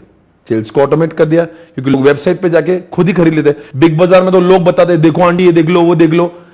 बिग बाजार में लोग इन्वॉल्व बेचने के लिए, वही ऑटोमेशन कर दिया फ्लिपकार्ट में, अपने आप ही बिकता है। बिग बाजार में लोग पैसे गिनते हैं, फ्लिपकार्ट में पैसे गिनने का काम नहीं, ऑटोमेटेड डेबिट कार्ड से पेमेंट होता है। यानी कि सेल्स का प्रोसेस ऑटोमेशन, पेमेंट का प्रोसेस ऑटोमेशन, सारी चीजें। बिलिंग, बिग बाजार में लोग शायद से बिलिंग हाथ से कर रहे होंगे, वहां बार कोड भी लगा रहे होंगे, यहां पे तो बार कोड की भी जरूरत नहीं, सिस्टम ही अपने आप कैलकुलेशन कर देता है। सो गाइस, ये समझने का वक्त आ चुका है। Chapter 1 is also equally important. और लास्ट चैप्टर आपके सामने आ चुका है जिसका नाम है, सर क्या चैप्टर हो जाएंगे बच्चों? यही चैप्टर 50 लेक्चर में पढ़ाऊंगा मैं, 5 चैप्टर्स, इनको इतने गहराई में ले जाना है। 300 पन्ने दी है उसके ऊपर। पर आपको कोई भी सब्जेक्ट को चालू करने से पहले आपको अंदाजा तो होना चाहिए मुझे जिस समंदर में डाला जा रहा है उसमें क्या क्या देखने मिलने वाला है ना। और मैं जो जानकारी दे रहा हूं ना, मुझे पता है कि आपको इंटरेस्ट क्रिएट होगा। अच्छा, इतना बेकार भी नहीं, मतलब ठीक है, वो चीजें है जो आपके काम में आने वाली है। मुझे हमेशा लगता है कि बच्चों को क्या से क्यों पसंद होता है, क्यों पढ़ना है, बस समझ गया ना, कल से वो माइंडसेट बना कराएगा, हाँ भाई वो चीजें पढ़ा ले जो मेरे जीवन में काम की आएगी। कुछ तो ऐसा सुनने जा रहा हूं जो सिर्फ पढ़ना है इसलिए मैं पढ़ने रहा हूं, कुछ तो उपयोगी भी है जीवन में, हम लोग उसको यूज भी कर सकते हैं। चाहे वो एफएमईओ की क्यों ना बात करें, वो भी वैसे ही पढ़ेंगे। अब बताओ चैप्टर नंबर 3, इंफॉर्मेशन सिस्टम। ये क्या है, क्या नाम है इसका देवांश? Information system. मतलब क्या होगा इंफॉर्मेशन सिस्टम? नाम से क्या लगता है? इंफॉर्मेशन सिस्टम्स मतलब क्या होगा? नाम से क्या लगता है? शब्दों को तोड़ दे, इंफॉर्मेशन देने वाली systems. Any software which provides information to the management for taking decision is called as information system. Hindi में बोलते हैं कोई भी सॉफ्टवेयर जो बिजनेस करने वालों को और मैनेजर्स को इंफॉर्मेशन दे दे ताकि वो अपने धंधे के डिसीजंस बहुत अच्छे से ले पाए, उसको कहते हैं इंफॉर्मेशन सिस्टम्स। वापस से बोलते हैं कोई भी सॉफ्टवेयर जो क्या दे? इंफॉर्मेशन दे। किसको दे? मैनेजमेंट को, ताकि मैनेजमेंट क्या ले सके? Decision. Is called as what? Sir ये जो बोला इतना समझ में नहीं। अब आओ प्रैक्टिकली देखते हैं। मैं आपको आज प्रैक्टिकली इस चीज को बताने जा रहा हूं, आइए देखते हैं। मैं खुद इन सारी चीजों को यूज करता हूं, इसीलिए मुझे पढ़ाने में मजा आती है और बताने में भी। यहां पे आइए आप देखते हैं, थोड़ा सा आपको और गहराई में ले जाके दिखाएंगे कि आखिर हम लोग क्या बोल रहे हैं, ठीक है ना। चलो आओ देखते हैं। चलो ये बात भी क्लियर है, आओ आओ देखते हैं। Come on guys, come on, check it out. चलो आपके सामने ये मेरा सॉफ्टवेयर जो मुझे दिखाता है कि कितना सेल मेरा आज हुआ, कितना सेल एक महीने में हुआ, कितना सेल एक साल में हुआ, कौन से सब्जेक्ट में कितने एडमिशंस हुए, कौन से सब्जेक्ट से मुझे कितना मुनाफा हुआ, कौन से सब्जेक्ट का सेल कम हो रहा है, कौन से शहर में ज्यादा सेल हो रहा है, कौन से स्टेट में ज्यादा, कौन से स्टेट में कम हो रहा है। ये सारी इंफॉर्मेशन जब मिलती है ना मुझे, तो मेरे डिसीजन में मैं और स्मार्ट हो जाता हूं। मेरे 160 ब्रांचेस में कौन सी ब्रांचेस बहुत ज्यादा काम कर रही है, कौन सी कम कर रही है, ताकि मैं फैसला ले सकूं कि कौन से फ्रेंचाइजी के साथ में काम करना है और किसे काम नहीं करना। कौन से शहर में मेरा ज्यादा सेल हो रहा है तो मुझे यह समझता है कि कौन से शहर में और मार्केटिंग की जरूरत नहीं है, और कौन से शहर में कम हो रहा है जहां मार्केटिंग की जरूरत है, या जहां पे कुछ और नए फ्रेंचाइजी की जरूरत है। सारी चीजों को मैं देखता हूं। ये मेरा अपना खुद का एसपीसी का सॉफ्टवेयर जो मैं रोजाना बेसिस पे हाईली यूज करता हूं। मैं क्या बताऊं, इस सॉफ्टवेयर ने मेरी दुनिया बदला दी दोस्तों। ये सॉफ्टवेयर ही मतलब ऑसम चीज है। आइए जैसे कुछ भी देखते, एक चीज देखते आपके सामने। चलो जैसे अगर मान लो एग्जांपल, छोटा सा एग्जांपल देना चाहूंगा। जैसे डेली सेल्स रिपोर्ट आपके सामने मैंने क्लिक किया और मुझे दिखना है कि भाई मेरा सेल कैसे कैसे हो रहा है, कितना सेल होता है। आप जरा देखिए, अगर स्क्रीन पे आप देखेंगे तो 10 तारीख तो आज चालू हो रही है। अगर आप देखेंगे ये 9 तारीख का सेल देखेंगे, 9 तारीख को मेरा सेल हुआ था 22,63,000 का। 8 तारीख को सेल हुआ 18 लाख का। 7 तारीख संडे होता है इसलिए कम हुआ था। 6 तारीख को 13,51,000 का सेल हुआ था। अगर मुझे देखना है कि मेरा सेल कितना हुआ और मुझे यही पता नहीं कि सेल हुआ कितना, आज मैं ऐसे रिपोर्ट्स प्राप्त करने के लिए किसी के ऊपर रिलायबल नहीं हूं। मैं किसी को रिलाय नहीं करता हूं। मैं जो सिस्टम बोलता हूं उसको है कि कब कब कैसे कैसे क्या क्या हुआ है। मुझे देखना है कि इस पूरे मंथ में कितने दिन हुए दिवांग? अभी 10th डे, 9 दिन चलो। 9 दिन का सेल कितना हुआ? 1,52,86,748। ये 9 दिन का सेल है। मुझे जो चाहिए वो मुझे देखना है। Suppose I want to know कि कितना सेल हुआ है, कौन से एम्प्लॉय ने कितना सेल किया। I can check what I want. मुझे इंफॉर्मेशन दे रही देवांशी सिस्टम, मुझे क्या दे रही है? इंफॉर्मेशन, जिससे मैं क्या ले पाऊंगा? अगर मुझे मान लो कि अगर लगता है कि सेल कम हो रहा है तो मैंने स्ट्रैटेजी उसके हिसाब से बनाना चाहिए। सेल ज्यादा हो रहा है तो मैंने कुछ ज्यादा उसमें चेंजेस नहीं करना चाहिए। मतलब आई शुड स्टिक टू दो स्ट्रैटेजीज। तो स्ट्रैटेजी पहले बनेगी या पहले इंफॉर्मेशन देखना पड़ेगी? तो इंफॉर्मेशन कौन देगा मुझे? और ये जमाने में दोस्तों जब मैनुअल सिस्टम हुआ करता था, ये सारी इंफॉर्मेशन पाने के लिए तड़पते थे। अरे मुनीम दे दे इंफॉर्मेशन, अरे अकाउंटेंट दे दे। आज ना मैं अकाउंटेंट से बात करता हूं ना किसी मुनीम से, जब चाहिए तब क्लिक करो और इंफॉर्मेशन को हासिल कर लो। I can get information whenever I want it, wherever I want it. इसीलिए I can take smart decisions. कुछ भी ले लो भाई, कुछ भी ले लो। अब चलो मैं यहां पे आता हूं, देखो यहां पे मैं कुछ भी दिखाता हूं आपको। चलो क्या करूं, मैं ऑर्डर्स मेनू में जाता हूं। ये मेरा रियल लाइफ सिस्टम चल रहा है इस वक्त, ठीक है ना। अब मैं यहां पे जाता हूं, डेली ऑर्डर्स पे क्लिक करता हूं। चलो देखता हूं कि भाई डेली ऑर्डर्स कैसी कैसी क्या क्या है। मुझे जो चाहिए वो ये सिखाता है चैप्टर नंबर 3। चैप्टर नंबर 3 का नाम है इंफॉर्मेशन सिस्टम जो सॉफ्टवेयर पढ़ा रहा हूं। मैंने आपको पहले भी कहा था हम प्रैक्टिकल पढ़ेंगे, बहुत प्रैक्टिकल पढ़ेंगे, इतना प्रैक्टिकल आपको लगेगा ये सब्जेक्ट मजा आ गया। आप बताओ, मैं इंडिया में इतना लोग मेरा नाम पे करते कि यस पढ़ना चाहिए मुझसे, क्यों पढ़ते? बिकॉज मैंने सब्जेक्ट को जो थ्योरी पढ़ाते थे उसको प्रैक्टिकल में कन्वर्ट कर दिया। ना कि सिर्फ प्रैक्टिकल, मैंने वो सारे सॉफ्टवेयर जो चारों पांचों के पांचों चैप्टर्स, चैप्टर 4 मेरी ई कॉमर्स की वेबसाइट है, चैप्टर 5 में कोर बैंकिंग यूज कर रहा हूं, चैप्टर नंबर 2 मेरे पास में ईआरपी सिस्टम है, चैप्टर नंबर 1 में मैंने सारी प्रोसेसेस, मेरा जो पूरा के पूरा ऑटोमेट कर दिया। एक एग्जांपल दो ऑटोमेशन का, मेरा ट्रैकिंग आईडी ऑटोमेटेड है। अगर मान लो स्टूडेंट को चेक करना था, सर मेरे बुक्स अब तक पहुंचे नहीं, वो वेबसाइट पे जाता है, ट्रैकिंग आईडी डालता है, उसको अपने दिखता है उसका बुक्स कहां तक पहुंचे। हर चीज में ऑटोमेशन कर दिया। चैप्टर नंबर 3 पूरा इंफॉर्मेशन सिस्टम आप सामने दिखा रहा हूं। अब देखो डेली सेल में देखना है कितने सेल्स हुए, क्या हुए। अब चलो ये दिखता है, आपको दिखाते हैं कि ये कैसा सिस्टम है। ये देखो इसने 12th कॉमर्स 12th की क्लास का एडमिशन लिया हुआ है। आपके सामने बंदा पंजाब से है और सर का तारीख क्या है, तारीख देखते हैं ना आपके सामने। देखो ये क्या नाम है, 10/6 यानी कि 10 जून की तारीख है और 10:53 यानी कि अभी 10 मिनट पहले एडमिशन हुआ है। उसके पहले 10:46 को भी एक एडमिशन हुआ। ये एडमिशन किसका हुआ? फाउंडेशन की फुल कोर्स लिए इन्होंने, वो एडमिशन हुआ है। उसके बाद में 10:43 उसके 3 मिनट पहले और एक एडमिशन हुआ 25,000 का सीए फाउंडेशन का। उसके बाद में सीए इंटरमीडिएट का एक कॉम्बो बेचा गया और ऑडिट का कॉम्बो बेचा गया, वो बेचा गया 10:29 को। उसके बाद में 10:06 को एक और बेचा गया कोई चीज जिसका सीए फाइनल का लॉ मेरा बेचा गया। इस तरह से दोस्तों ये पूरा लाइफ सिस्टम मेरे साथ में चलता है। मैं जो जिधर क्लिक करूं, कुछ भी करूं, मुझे सब कुछ दिखाई दे रहा है। आप मेरी जगह पर रहकर देखो, आप कितना मजा आएगा ना ये सब देख के। सोचो ना, मेरा धंधा चल रहा है और मुझे सारी इंफॉर्मेशन, आज मैं ऑफिस में पिछले 3 महीनों से मैं ऑफिस नहीं गया, फिर भी मुझे ऐसा लगता ही नहीं कि मैं मेरे ऑफिस से बहुत दूर हूं। What ever I want. अब देखो झारखंड से एक बंदे ने क्या परचेस किया, देखो सारी चीजें मुझे दिख रही हैं यहां से। उसके बाद में कुछ लिया, देखो ईएस का एक सब्जेक्ट लिया इसने। ये कब का इंफॉर्मेशन है ये भाई? ये तो इंसान सुबह 4:40 में सोता क्या नहीं सोता भाई? कोई बात नहीं बेटा, बहुत आगे जाएंगे, सवेरे उठना अच्छी बात है। एक बच्चा 12:30 ऑर्डर करता है रात में, इस तरह से हमें समझता है हरियाणा से ऑर्डर है, पंजाब से ऑर्डर है, तो इस तरह से इसको कहते हैं इंफॉर्मेशन सिस्टम। आई थिंक आप सभी को ये बातें समझ में आएगी। 4 आप बताएंगे 5 चैप्टर्स कौन से है, अब तो आपको देखने की जरूरत नहीं, अब तो वैसे बताओ बच्चों। सबसे पहले चैप्टर कौन सी बात करते हमने? E commerce. फिर ई कॉमर्स में पेमेंट करने के लिए कौन सा चैप्टर होता है? Core banking. फिर बताओ, फिर और एक चैप्टर लगता है कि अगर 128 के हिसाब से मैंने अकाउंटिंग करना चाहिए तो कौन सा चैप्टर आया? Chapter number 2। क्या बोलता है वो? अकाउंटिंग कैसे करें। फिर मैंने आपको चैप्टर 1 बोला, इतना बड़ा धंधा करोगे और सारे इंसान नहीं करेंगे मैन्युअली तो बहुत टाइम लगेगा, तो उसको ऑटोमेशन करने के चैप्टर 1 को लाया चैप्टर 1 में। और बताओ इतना सारा, अगर मैं एक बड़ा इंसान अगर बनना चाहता हूं और अगर सारी चीजें अगर मैं अपने इंसानों से मांगूंगा, मुझे ये रिपोर्ट दे दे, मुझे वो रिपोर्ट दे दे, तो मैं तो बर्बाद हो जाऊंगा, क्योंकि मेरे मैनुअल सिस्टम तो उतना स्लो रिपोर्ट आएगा। इसलिए मुझे ऐसे टाइप के सॉफ्टवेयर जो अभी मैंने देखे कि कौन सा स्टेट में कितना सेल हो रहा है, कौन सा एम्प्लॉय कितना सेल कर रहा है, कौन से रोज में कितना सेल हो रहा है, आखिर मुझे सारी चीजें चाहिए, तो I should get it on my laptop itself, जिसका नाम है information system. I hope you understand everybody. तो कितने चैप्टर से बच्चों? 5। और दोस्तों आज शुरुआत करें चैप्टर नंबर 4 के साथ। Yes, all guys, come on, check out everybody. So we're moving on chapter number, come on, we're moving on chapter number 4. Sir अभी आने वाले 7 से 8 दिन तक हम आपको चैप्टर नंबर क्या पढ़ाएंगे? बोलो चैप्टर नंबर क्या पढ़ाएंगे? चैप्टर नंबर 4 पढ़ाएंगे। आओ,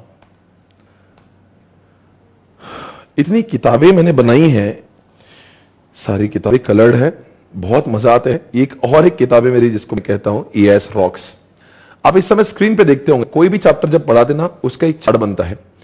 ये ES रॉक्स ऐसी किताब मैंने बनाई है। आप कहेंगे सर आपने पहले एक 4 बुक का नाम लिया था। मेन बुक का वॉल्यूम कितना है? 350-400 पन्ने। चार्ट का वॉल्यूम कितना है? 60 पन्नों का है। फिर मैंने और एक इंटरमीडिएट वॉल्यूम बनाया जिसके पन्ने हो गए 80 और ये कितने 150 पेजेस के अराउंड, EIS-SM दोनों मिला के। सर फिर वो क्यों बनाई आपने? ये इंटरमीडिएट लेवल है जिसमें आपको ऐसा लगता है कि चार्ट से थोड़ा ज्यादा होना चाहिए और मेन बुक से थोड़ा कम होना चाहिए, तो लोगों को ये बुक काफी पसंद आती है। आपको स्क्रीन देखते से लग रहा होगा। और इस बुक की बहुत अच्छी खासियत है कि इसकी मेमोरी टेक्निक्स भी वहां पे लिखी जाती है, कौन से एग्जामिनेशन में पूछा, कौन से आरटी में भी पूछा है, वो सारी चीजें, और इसमें वही डेटा लिखा हुआ है जो रिलेवेंट है। फालतू का कचरा निकाल दिया, क्योंकि कभी कभी बहुत इतना लिखा जाता है ना, मॉड्यूल में इतना लिखा जाता है, पर हमें पढ़ाना पड़ता है। पर अगर कहेंगे सर रिवीजन इससे कर ले, यही बुक करना है, उसके अलावा कुछ कर, पर पहले पढ़ेंगे 350-400 पन्ने, उसके बाद में रिवीजन के लिए 2 किताब होंगी। बहुत फास्ट करना है तो 4 बुक, थोड़ा सा और चार्ट के साथ में आपको पढ़ना भी है थोड़ा सा, कि वही पढ़ने के बहुत एग्जामिनेशन में लिखना आवश्यक है। तो फिर उसका नाम रखा हमने rocks, EIS rocks, SM rocks, FM rocks, ऐसे 3 किताबें। आप जरा स्क्रीन पे देख सकते हो, सारी चीजें दिखती है आपको यहाँ पे, आप देख सकते हैं कौन से नवंबर 18 में इसको पूछा गया है, यहाँ पे लिखा हुआ है। तो इस तरह से हर बहुत ही मतलब मेरा फेवरेट किताब है जो मैं आपको बता रहा हूं, बहुत ही मजा आता है किताब पढ़ के। चलो मैं आपको चैप्टर 4 से शुरुआत करते हैं। सर ये अभी बुक आप चैप्टर 4 की क्यों बता रहे हैं? ताकि आपको चैप्टर 4 का एक मास्टर लिखने मिले कि चैप्टर 4 में आखिर क्या कवर होने वाला है। Chapter 4, come on guys, check it out. Chapter 4 chapter 5 में चला गया मैं, ओके आगे निकल गया था। अब देखते हैं चैप्टर 4 आपके सामने। चलो देखो, आपके सामने स्क्रीन पर ये रहा मास्टर चार्ट ऑफ चैप्टर 4। क्या है? Master chart of chapter 4। Come on guys, and this chapter is broken down into 6 parts. ये चैप्टर को 6 पार्ट में डिवाइड किया हुआ है। पहला पार्ट ई कॉमर्स, दूसरा पार्ट ई कॉमर्स की रिस्क और उसकी कंट्रोल, आखिर हम लोग डिजिटल पेमेंट करते कैसे हैं, computing technology, guidelines for e commerce and architecture network. फिर आप कहेंगे सारे 6 चीजों को कैसे पढ़ाएंगे, एक एक करके पढ़ेंगे बहुत अच्छे से। उसके बाद में यहां का जो कंप्यूटिंग टेक्नोलॉजी अगर आप देख रहे होंगे, इस पार्ट को आईसीआई ने बहुत डिटेल में पढ़ा है, इसलिए ठीक उसके नीचे मैंने कंप्यूटिंग टेक्नोलॉजी का एक स्पेशल चार्ट बनाया हुआ है, जिसके अपने आप में और 10 बच्चे हैं। यानी कि ये 10 बच्चों को भी पढ़ना जरूरी है। यानी आपको पता होना चाहिए before you start understanding this chapter, आपको पता होना चाहिए चैप्टर का दायरा क्या है, उसकी बाउंड्रीज क्या, क्या क्या आप पढ़ने जाओगे इस चैप्टर में। तो पूरे चैप्टर्स कितने हैं? 5। आप कौन सा शुरुआत कर रहे हैं? चौथा चैप्टर। सर ये चैप्टर की शुरुआत, ये चैप्टर से आपको एक थोड़ा सा रिदम मिलता है, ये चैप्टर थोड़ा सा वार्म अप टाइप का है, तो फिर हम लोग इसके बाद में बाकी चीजों को समझना बहुत ही आसान हो जाती है। एट अ टाइम हम लोग एक ही चैप्टर पढ़ेंगे, पर सबसे पहले हम लोग चैप्टर 4 पढ़ेंगे, ठीक है ना? ओके, आगे बढ़ेंगे। तो दोस्तों आज हम लोग पढ़ेंगे कंप्यूटिंग टेक्नोलॉजी से। इसमें 10 टेक्नोलॉजी आपके सामने है, उसमें सबसे पहले टेक्नोलॉजी हम लोग पढ़ने जा रहे हैं क्लाउड कंप्यूटिंग। क्या पढ़ने जा रहे हैं? Cloud computing. This you must have heard this word. Devansh, आपने कभी इस शब्दों को सुना है पहले? क्लाउड क्लाउड क्लाउड कभी तो सुना होगा, काफी जगह पे आज उसके बैनर्स लगे होते हैं, और you must have heard many times cloud cloud. Cloud क्या होता है आज समझना होगा, बहुत ही डिटेल में जाके आईसीआई ने इसको पढ़ा है। ये कई बार एग्जामिनेशन में पूछा हुआ सवाल। तो आओ दोस्तों आज शुरुआत करें। आज का पहला दिन है, आपको ऐसी टेक्नोलॉजी पाएंगे ना, आप मतलब लगेगा wow I learn something today. Okay, तो दोस्तों आओ, आप कहेंगे सर ये लेक्चर कितने देर तक चलेगा? और 30 मिनट्स हम लोग पढ़ेंगे, फिर उसके बाद में 12 बजे आपका अकाउंट्स का लेक्चर स्टार्ट होगा। अभी तक हमें लेक्चर स्टार्ट करने के लिए आप देख सकते हो कि हमने 60 और 70-75 मिनट पढ़ लिया है। अभी और 30 मिनट पढ़ेंगे, फिर उसके बाद में आपको 15-20 मिनट का गैप मिलेगा, फिर उसके बाद में स्टार्ट विद अकाउंट्स। ओके, आइए दोस्तों देखते हैं। चलो कुछ एंटरटेनमेंट करते हैं। Entertainment entertainment entertainment. दोस्तों आओ ना गाना सुनते।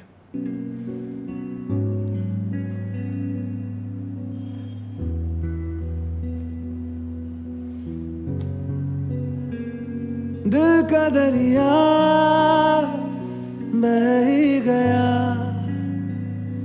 इश्क इबादत बन ही गया,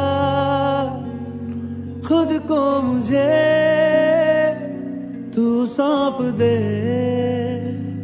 मेरी जरूरत तू बन गया, बात दिल की नजरों ने की, सच कह रहा तेरी कसम, तेरे बिन अब न ले। आपने ये गाना सुना और अब आपको ये लग रहा होगा मैंने गाना सुनाया क्यों आपको ये, what is the reason behind you, अचानक से क्लास के बीच में गाना क्यों सुनने की जरूरत है। चलो और एक गाना सुन लेते हैं, आपका मजे लोगे, जीवन के मजे लो, जीवन में ऐसी पढ़ाई होना चाहिए, लगना ही चाहिए कि पढ़ाई हो रही है, ठीक है ना। आओ दोस्तों देखते गाना भी आपने कई बार सुना होगा।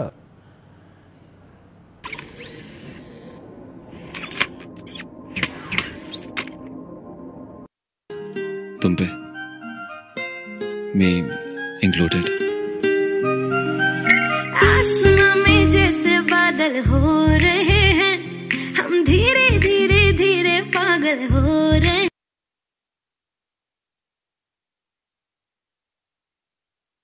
गाना ध्यान से देखिए, गाने में भी कॉन्सेप्ट है। फिर आप कहें सर गाने में कैसे कॉन्सेप्ट हो सकता है, जरा सुनिए तो सही, गाने को ध्यान से देखिए।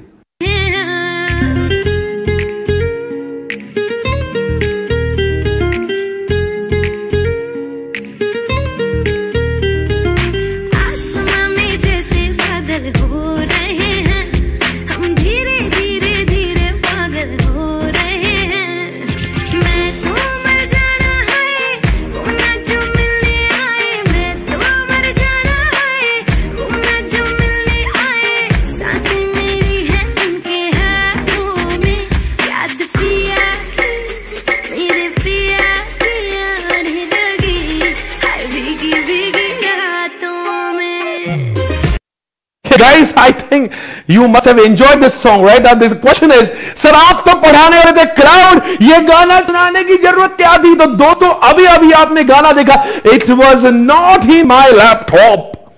It was not in my laptop. It was not in the storage of my laptop. It was not with me.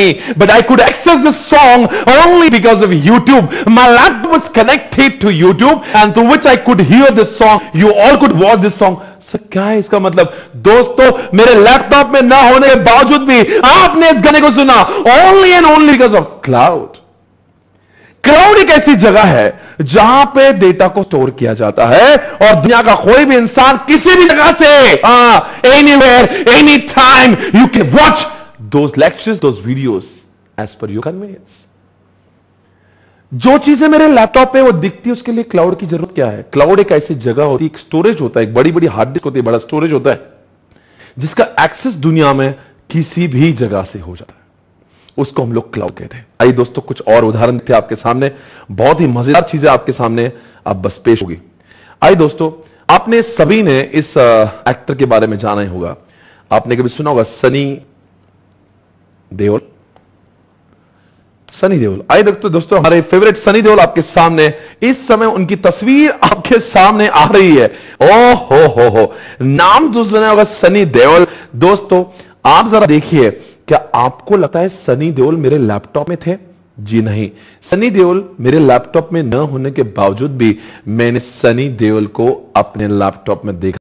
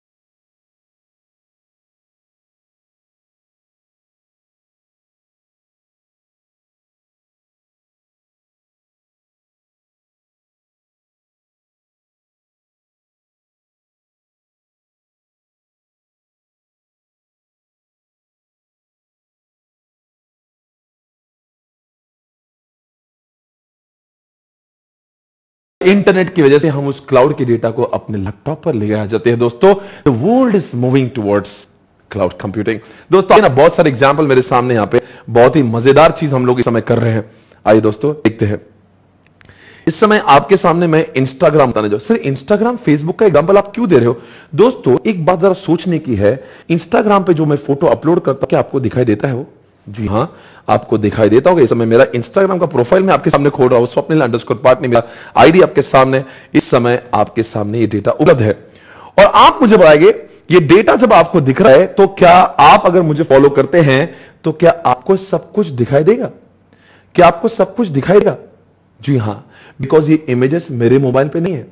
जिस समय मैंने इसको अपलोड किया था इट वेंट ऑन क्लाउड, चाहे वो फेसबुक हो चाहे Instagram, whenever you upload any image और any video it goes on cloud. Cloud पे जाने के बाद में this becomes accessible to everyone. इसको कहते हैं क्लाउड कंप्यूटिंग, राइट गाइस? और मैं आपको सभी को कह देना चाहता हूं, अगर आपने अभी तक मेरे अकाउंट को फॉलो नहीं किया जरूर इसको फॉलो करें ताकि हम लोग हमेशा टच में रहें।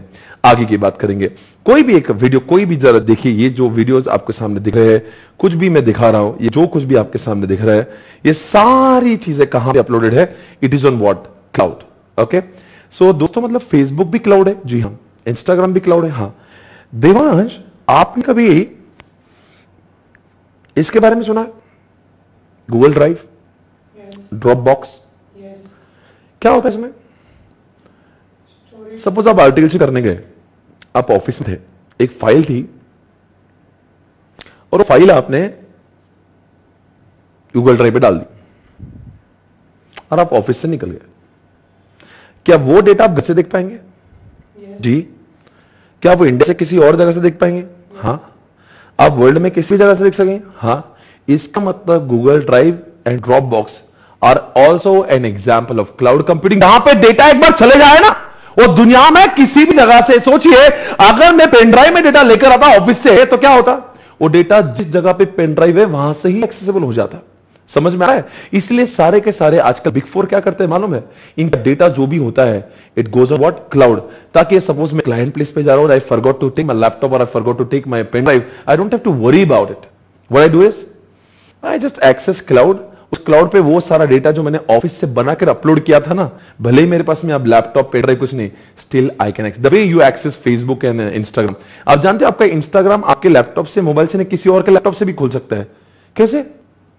वो लैपटॉप पे है नहीं, वो मोबाइल पे है नहीं, वो कहां पे? क्लाउड पर है। इसलिए दुनिया में हर जगह से दिखता है।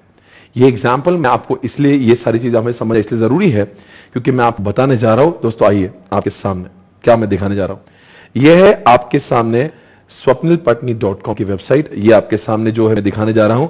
ये हमारा सिस्टम जो है, ये एडमिशंस जो होते हैं ना, आपके साथ जो सिस्टम दिख रहा है, आपने देखा होगा अभी थोड़ी देर पहले जो मैंने आपको दिखाया था, ये सारी चीजें, ये सारे जो एडमिशंस होते हैं, जब कोई स्टूडेंट एडमिशन लेते हैं ना, ध्यान से सुनना, ध्यान से सुनना, मैं कुछ लिख रहा हूं यहां पे, ध्यान से सुनना, मुझे कुछ बोलना है आपको, मुझे कुछ बोलना है। आप जरा देखिए, जब भी मैं कभी भी कोई भी एडमिशंस मेरे यहां पे लेता है तो वो क्या करता है मालूम है? एडमिशंस को वो एडमिशंस क्या करते हैं मालूम है? सपोज कोई भी स्टूडेंट्स इंडिया में कहीं से भी एडमिशन ले रहा हो, किसी भी जगह से कुछ भी एडमिशन ले रहा हो, तो सपोज वो यहां पे है, फॉर एग्जाम्पल ये पंजाब है, फॉर एग्जाम्पल ये हरियाणा है, ये एमपी है, ये यूपी है, ये महाराष्ट्र। किसी भी जगह से कोई भी छात्र एडमिशंस ले ले तो वो एडमिशन इनके यहां पे स्टोर नहीं होते। वो एडमिशन जब लेते हैं उनके लैपटॉप को जब इंटरनेट कनेक्ट होता है तो वो swapnilpartner.com पे जब एडमिशन लेते हैं ना, वो एडमिशन स्वप्निल पार्टनर ने जो क्लाउड लिया हुआ है, सर आपका खुद का क्लाउड है, मेरी इतनी औकात नहीं, मेरा क्लाउड खुद का नहीं, मैंने भाड़े का क्लाउड लिया हुआ है जिसका नाम है GoDaddy। You can check on, मैं आपको दिखाता हूं चाहे तो GoDaddy। इसके बहुत सारे फेमस एग्जांपल है, AWS है, GoDaddy है, बहुत सारे है। तो मैंने GoDaddy का लिया हुआ है। तो आप जब कोई भी एडमिशन करते हो तो वो डेटा, सपोज पंजाब से किसी ने एडमिशन लिया, इट गोज ऑन क्लाउड, वो यहां पे जाता है। हरियाणा से वाले बंदा जब एडमिशन लेता है वो भी क्लाउड पर जाता है, एमपी वाला भी क्लाउड पर जाता है। सबका एडमिशन पूरे भारत में कोई भी किसी भी जगह से एडमिशन ले वो जाता है क्लाउड पर। और अब मान लीजिए मैं यहां पे औरंगाबाद इस शहर में बैठ के जब मैं उसको देखना चाहता हूं, तो अभी अभी मैंने आपको जब दिखा रहा था तो मैं इंटरनेट से ये एक्सेस है इसी क्लाउड के ऊपर, बिकॉज उसी क्लाउड पे सबके एडमिशंस आ चुके थे। एंड व्हाट इज हैपनिंग, मतलब सबने एडमिशन लिए वो गए क्लाउड पे, और जब मुझे रिपोर्ट देखना है मैं भी चल जाता हूं क्लाउड पे और वहां का सारा रिपोर्ट मेरे लैपटॉप में आ जाता है। इसका मतलब whenever any student is taking admission, the data is not stored on their laptop, it's stored on my cloud जो मैंने लिया हुआ है। और वहां पे जाने के बाद में पूरे इंडिया के जितने एडमिशन है वो सब क्लब हो जाते हैं, एंड whenever I access मुझे सारा कंबाइंड रिपोर्ट वहां से मिलता है। ये सब मैं आपको दिखा रहा था बिकॉज आपके सामने जो एडमिशन दिखाई दे रहे हैं इस समय, जो स्क्रीन पर आपके एडमिशन आ रहे हैं, ये मेरे लैपटॉप का इंटरनल मेमोरी नहीं है, ये क्लाउड है। यानी कि ये जो अभी बंदा को याद है, औरंगाबाद महाराष्ट्र से किसी ने एडमिशन लिया है ESSM का, यहां पे आपको दिख रहा होगा, ये एडमिशन कहां से है, डेटा कहां से आया, ये क्या नाम है इसका, शाहदुल निकम कुछ नाम है या कुछ भी आप देख लीजिए।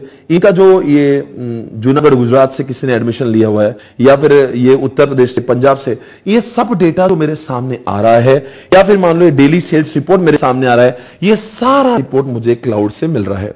सो are you understanding why cloud is so popular? सोचो अगर क्या होगा। अच्छा बताओ, ये क्लाउड ठीक है, क्या क्लाउड नहीं है?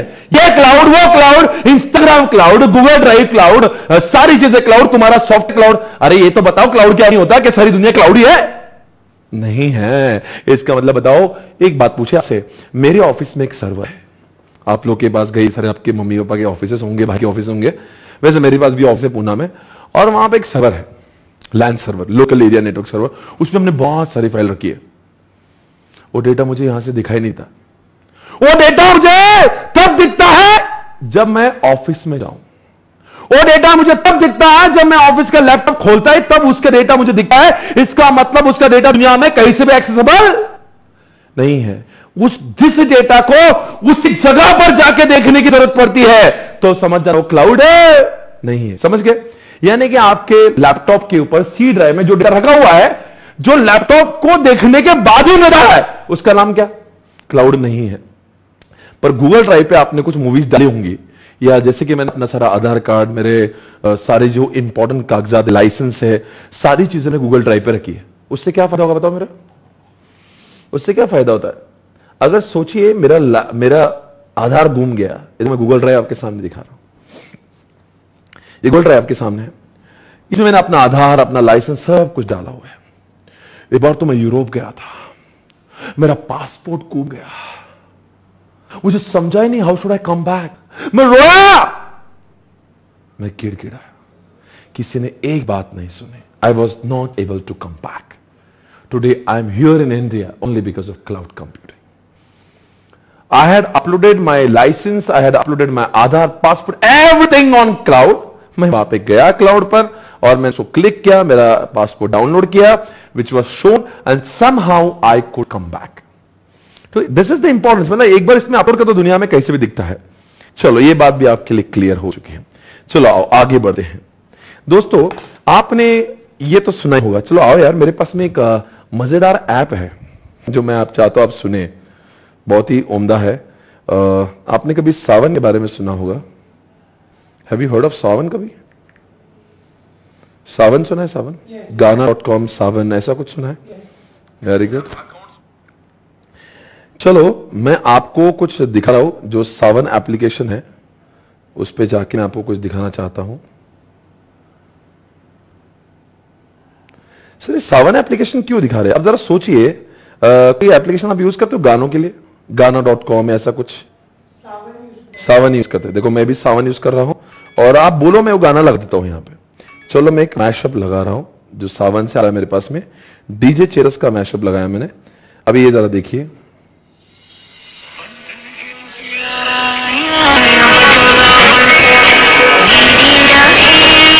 ये गाना कहां से आ रहा है?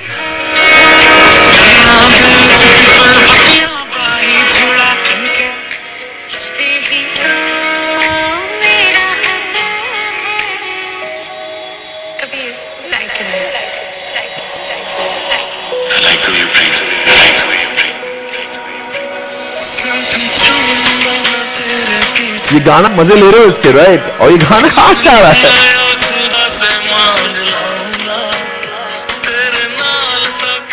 दोस्तों इस तरह से आजकल जितने भी गाना.com है, सावन है, ये सारे लोगों ने अपने गाने क्लाउड पर अपलोड कर दिए, जिसकी वजह से हम लोग पहले जमाने में गाने सुनना बड़ा मुश्किल हुआ करता था। We were supposed to download it and then we were supposed to play it. हम अपने मेमोरी कार्ड में डालते थे, सुनते थे। आजकल कोई मेमोरी कार्ड में डाउनलोड नहीं करता, whenever you want it, internet चाहिए। ये बात है, इंटरनेट का होना जरूरी है। यानी कि क्लाउड कंप्यूटिंग अगर आप यूज करना चाहते हो तो आपके कंप्यूटर में, आपके मोबाइल में अच्छा इंटरनेट होना जरूरी, वरना ये क्लाउड पे रखा हुआ डेटा हमें दिखेगा ही नहीं।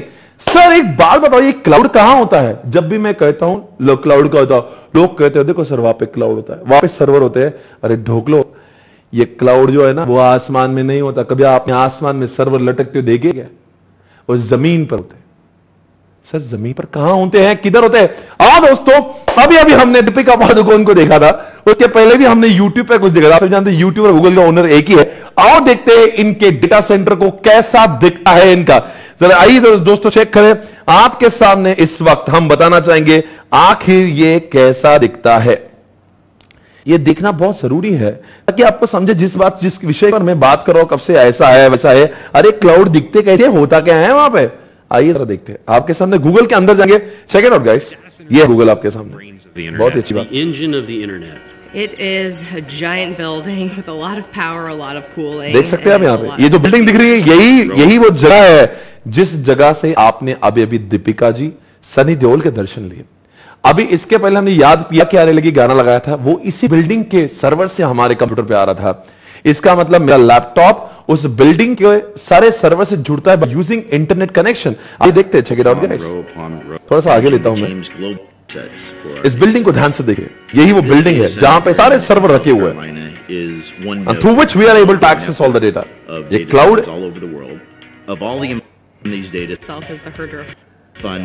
थोड़ा सा अंदर ले जाता हूं आपको। ये देखो, ये गूगल डेटा सेंटर के अंदर हम लोग सिक्योरिटी यूजर डिफरेंट जरा ध्यान से देखिए। आप देखो, यही पॉइंट मुझे दिखा था। आप जरा ध्यान से देखिए। क्लाउड अरे है क्या भाई, यही हो रहा है। ध्यान से देखिए, यही सर्वर्स की बात कर रहा था मैं। यही वो सर्वर है जहां पे थी दीपिका, यहीं से याद किया के आने लगी। और यूट्यूब के तमाम लेक्चर, गूगल का सारा डेटा इन्हीं जगहों पर है। ऐसे गूगल के पास में सैकड़ों डेटा सेंटर से जहां पे वो डेटा रखता है। दोस्तों अभी मैंने जो भी लाया वो इस बिल्डिंग से लेकर आया। सनी देओल यहीं थे, दीपिका भी यहीं थी, याद पिया के आने लगा भी इधर ही था, और दोस्तों कबीर सिंह का गाना भी यहीं था। यही जगह थी। बड़े बड़े सर्वर्स आपको दिखाई दे रहे होंगे। सर ये इसको क्लाउड कहते हैं। सर क्लाउड क्यों बोलते हैं? क्लाउड तो वैसे आसमान में होते हैं। बच्चा, क्लाउड एक जैसी जगह होती है, दुनिया की ऐसी कोई जमीन नहीं है जहां से क्लाउड दिखता नहीं है। दुनिया की ऐसी कोई जमीन नहीं है जैसे क्लाउड दिखता नहीं है। और इसका नाम क्यों क्लाउड होगा? बिकॉज दुनिया की ऐसी कोई जगह नहीं है, दुनिया का ऐसा कोई मोबाइल और लैपटॉप नहीं है जिसका एक्सेस इस क्लाउड को नहीं है। यानी कि सर्वर ऐसे सर्वर है जिनका एक्सेस दुनिया में सब जगह से, जिस तरह से आसान दुनिया में हर जगह से दिखता है, इसी तरह से ये सर्वर का एक्सेस दुनिया में किसी भी जगह से होता है।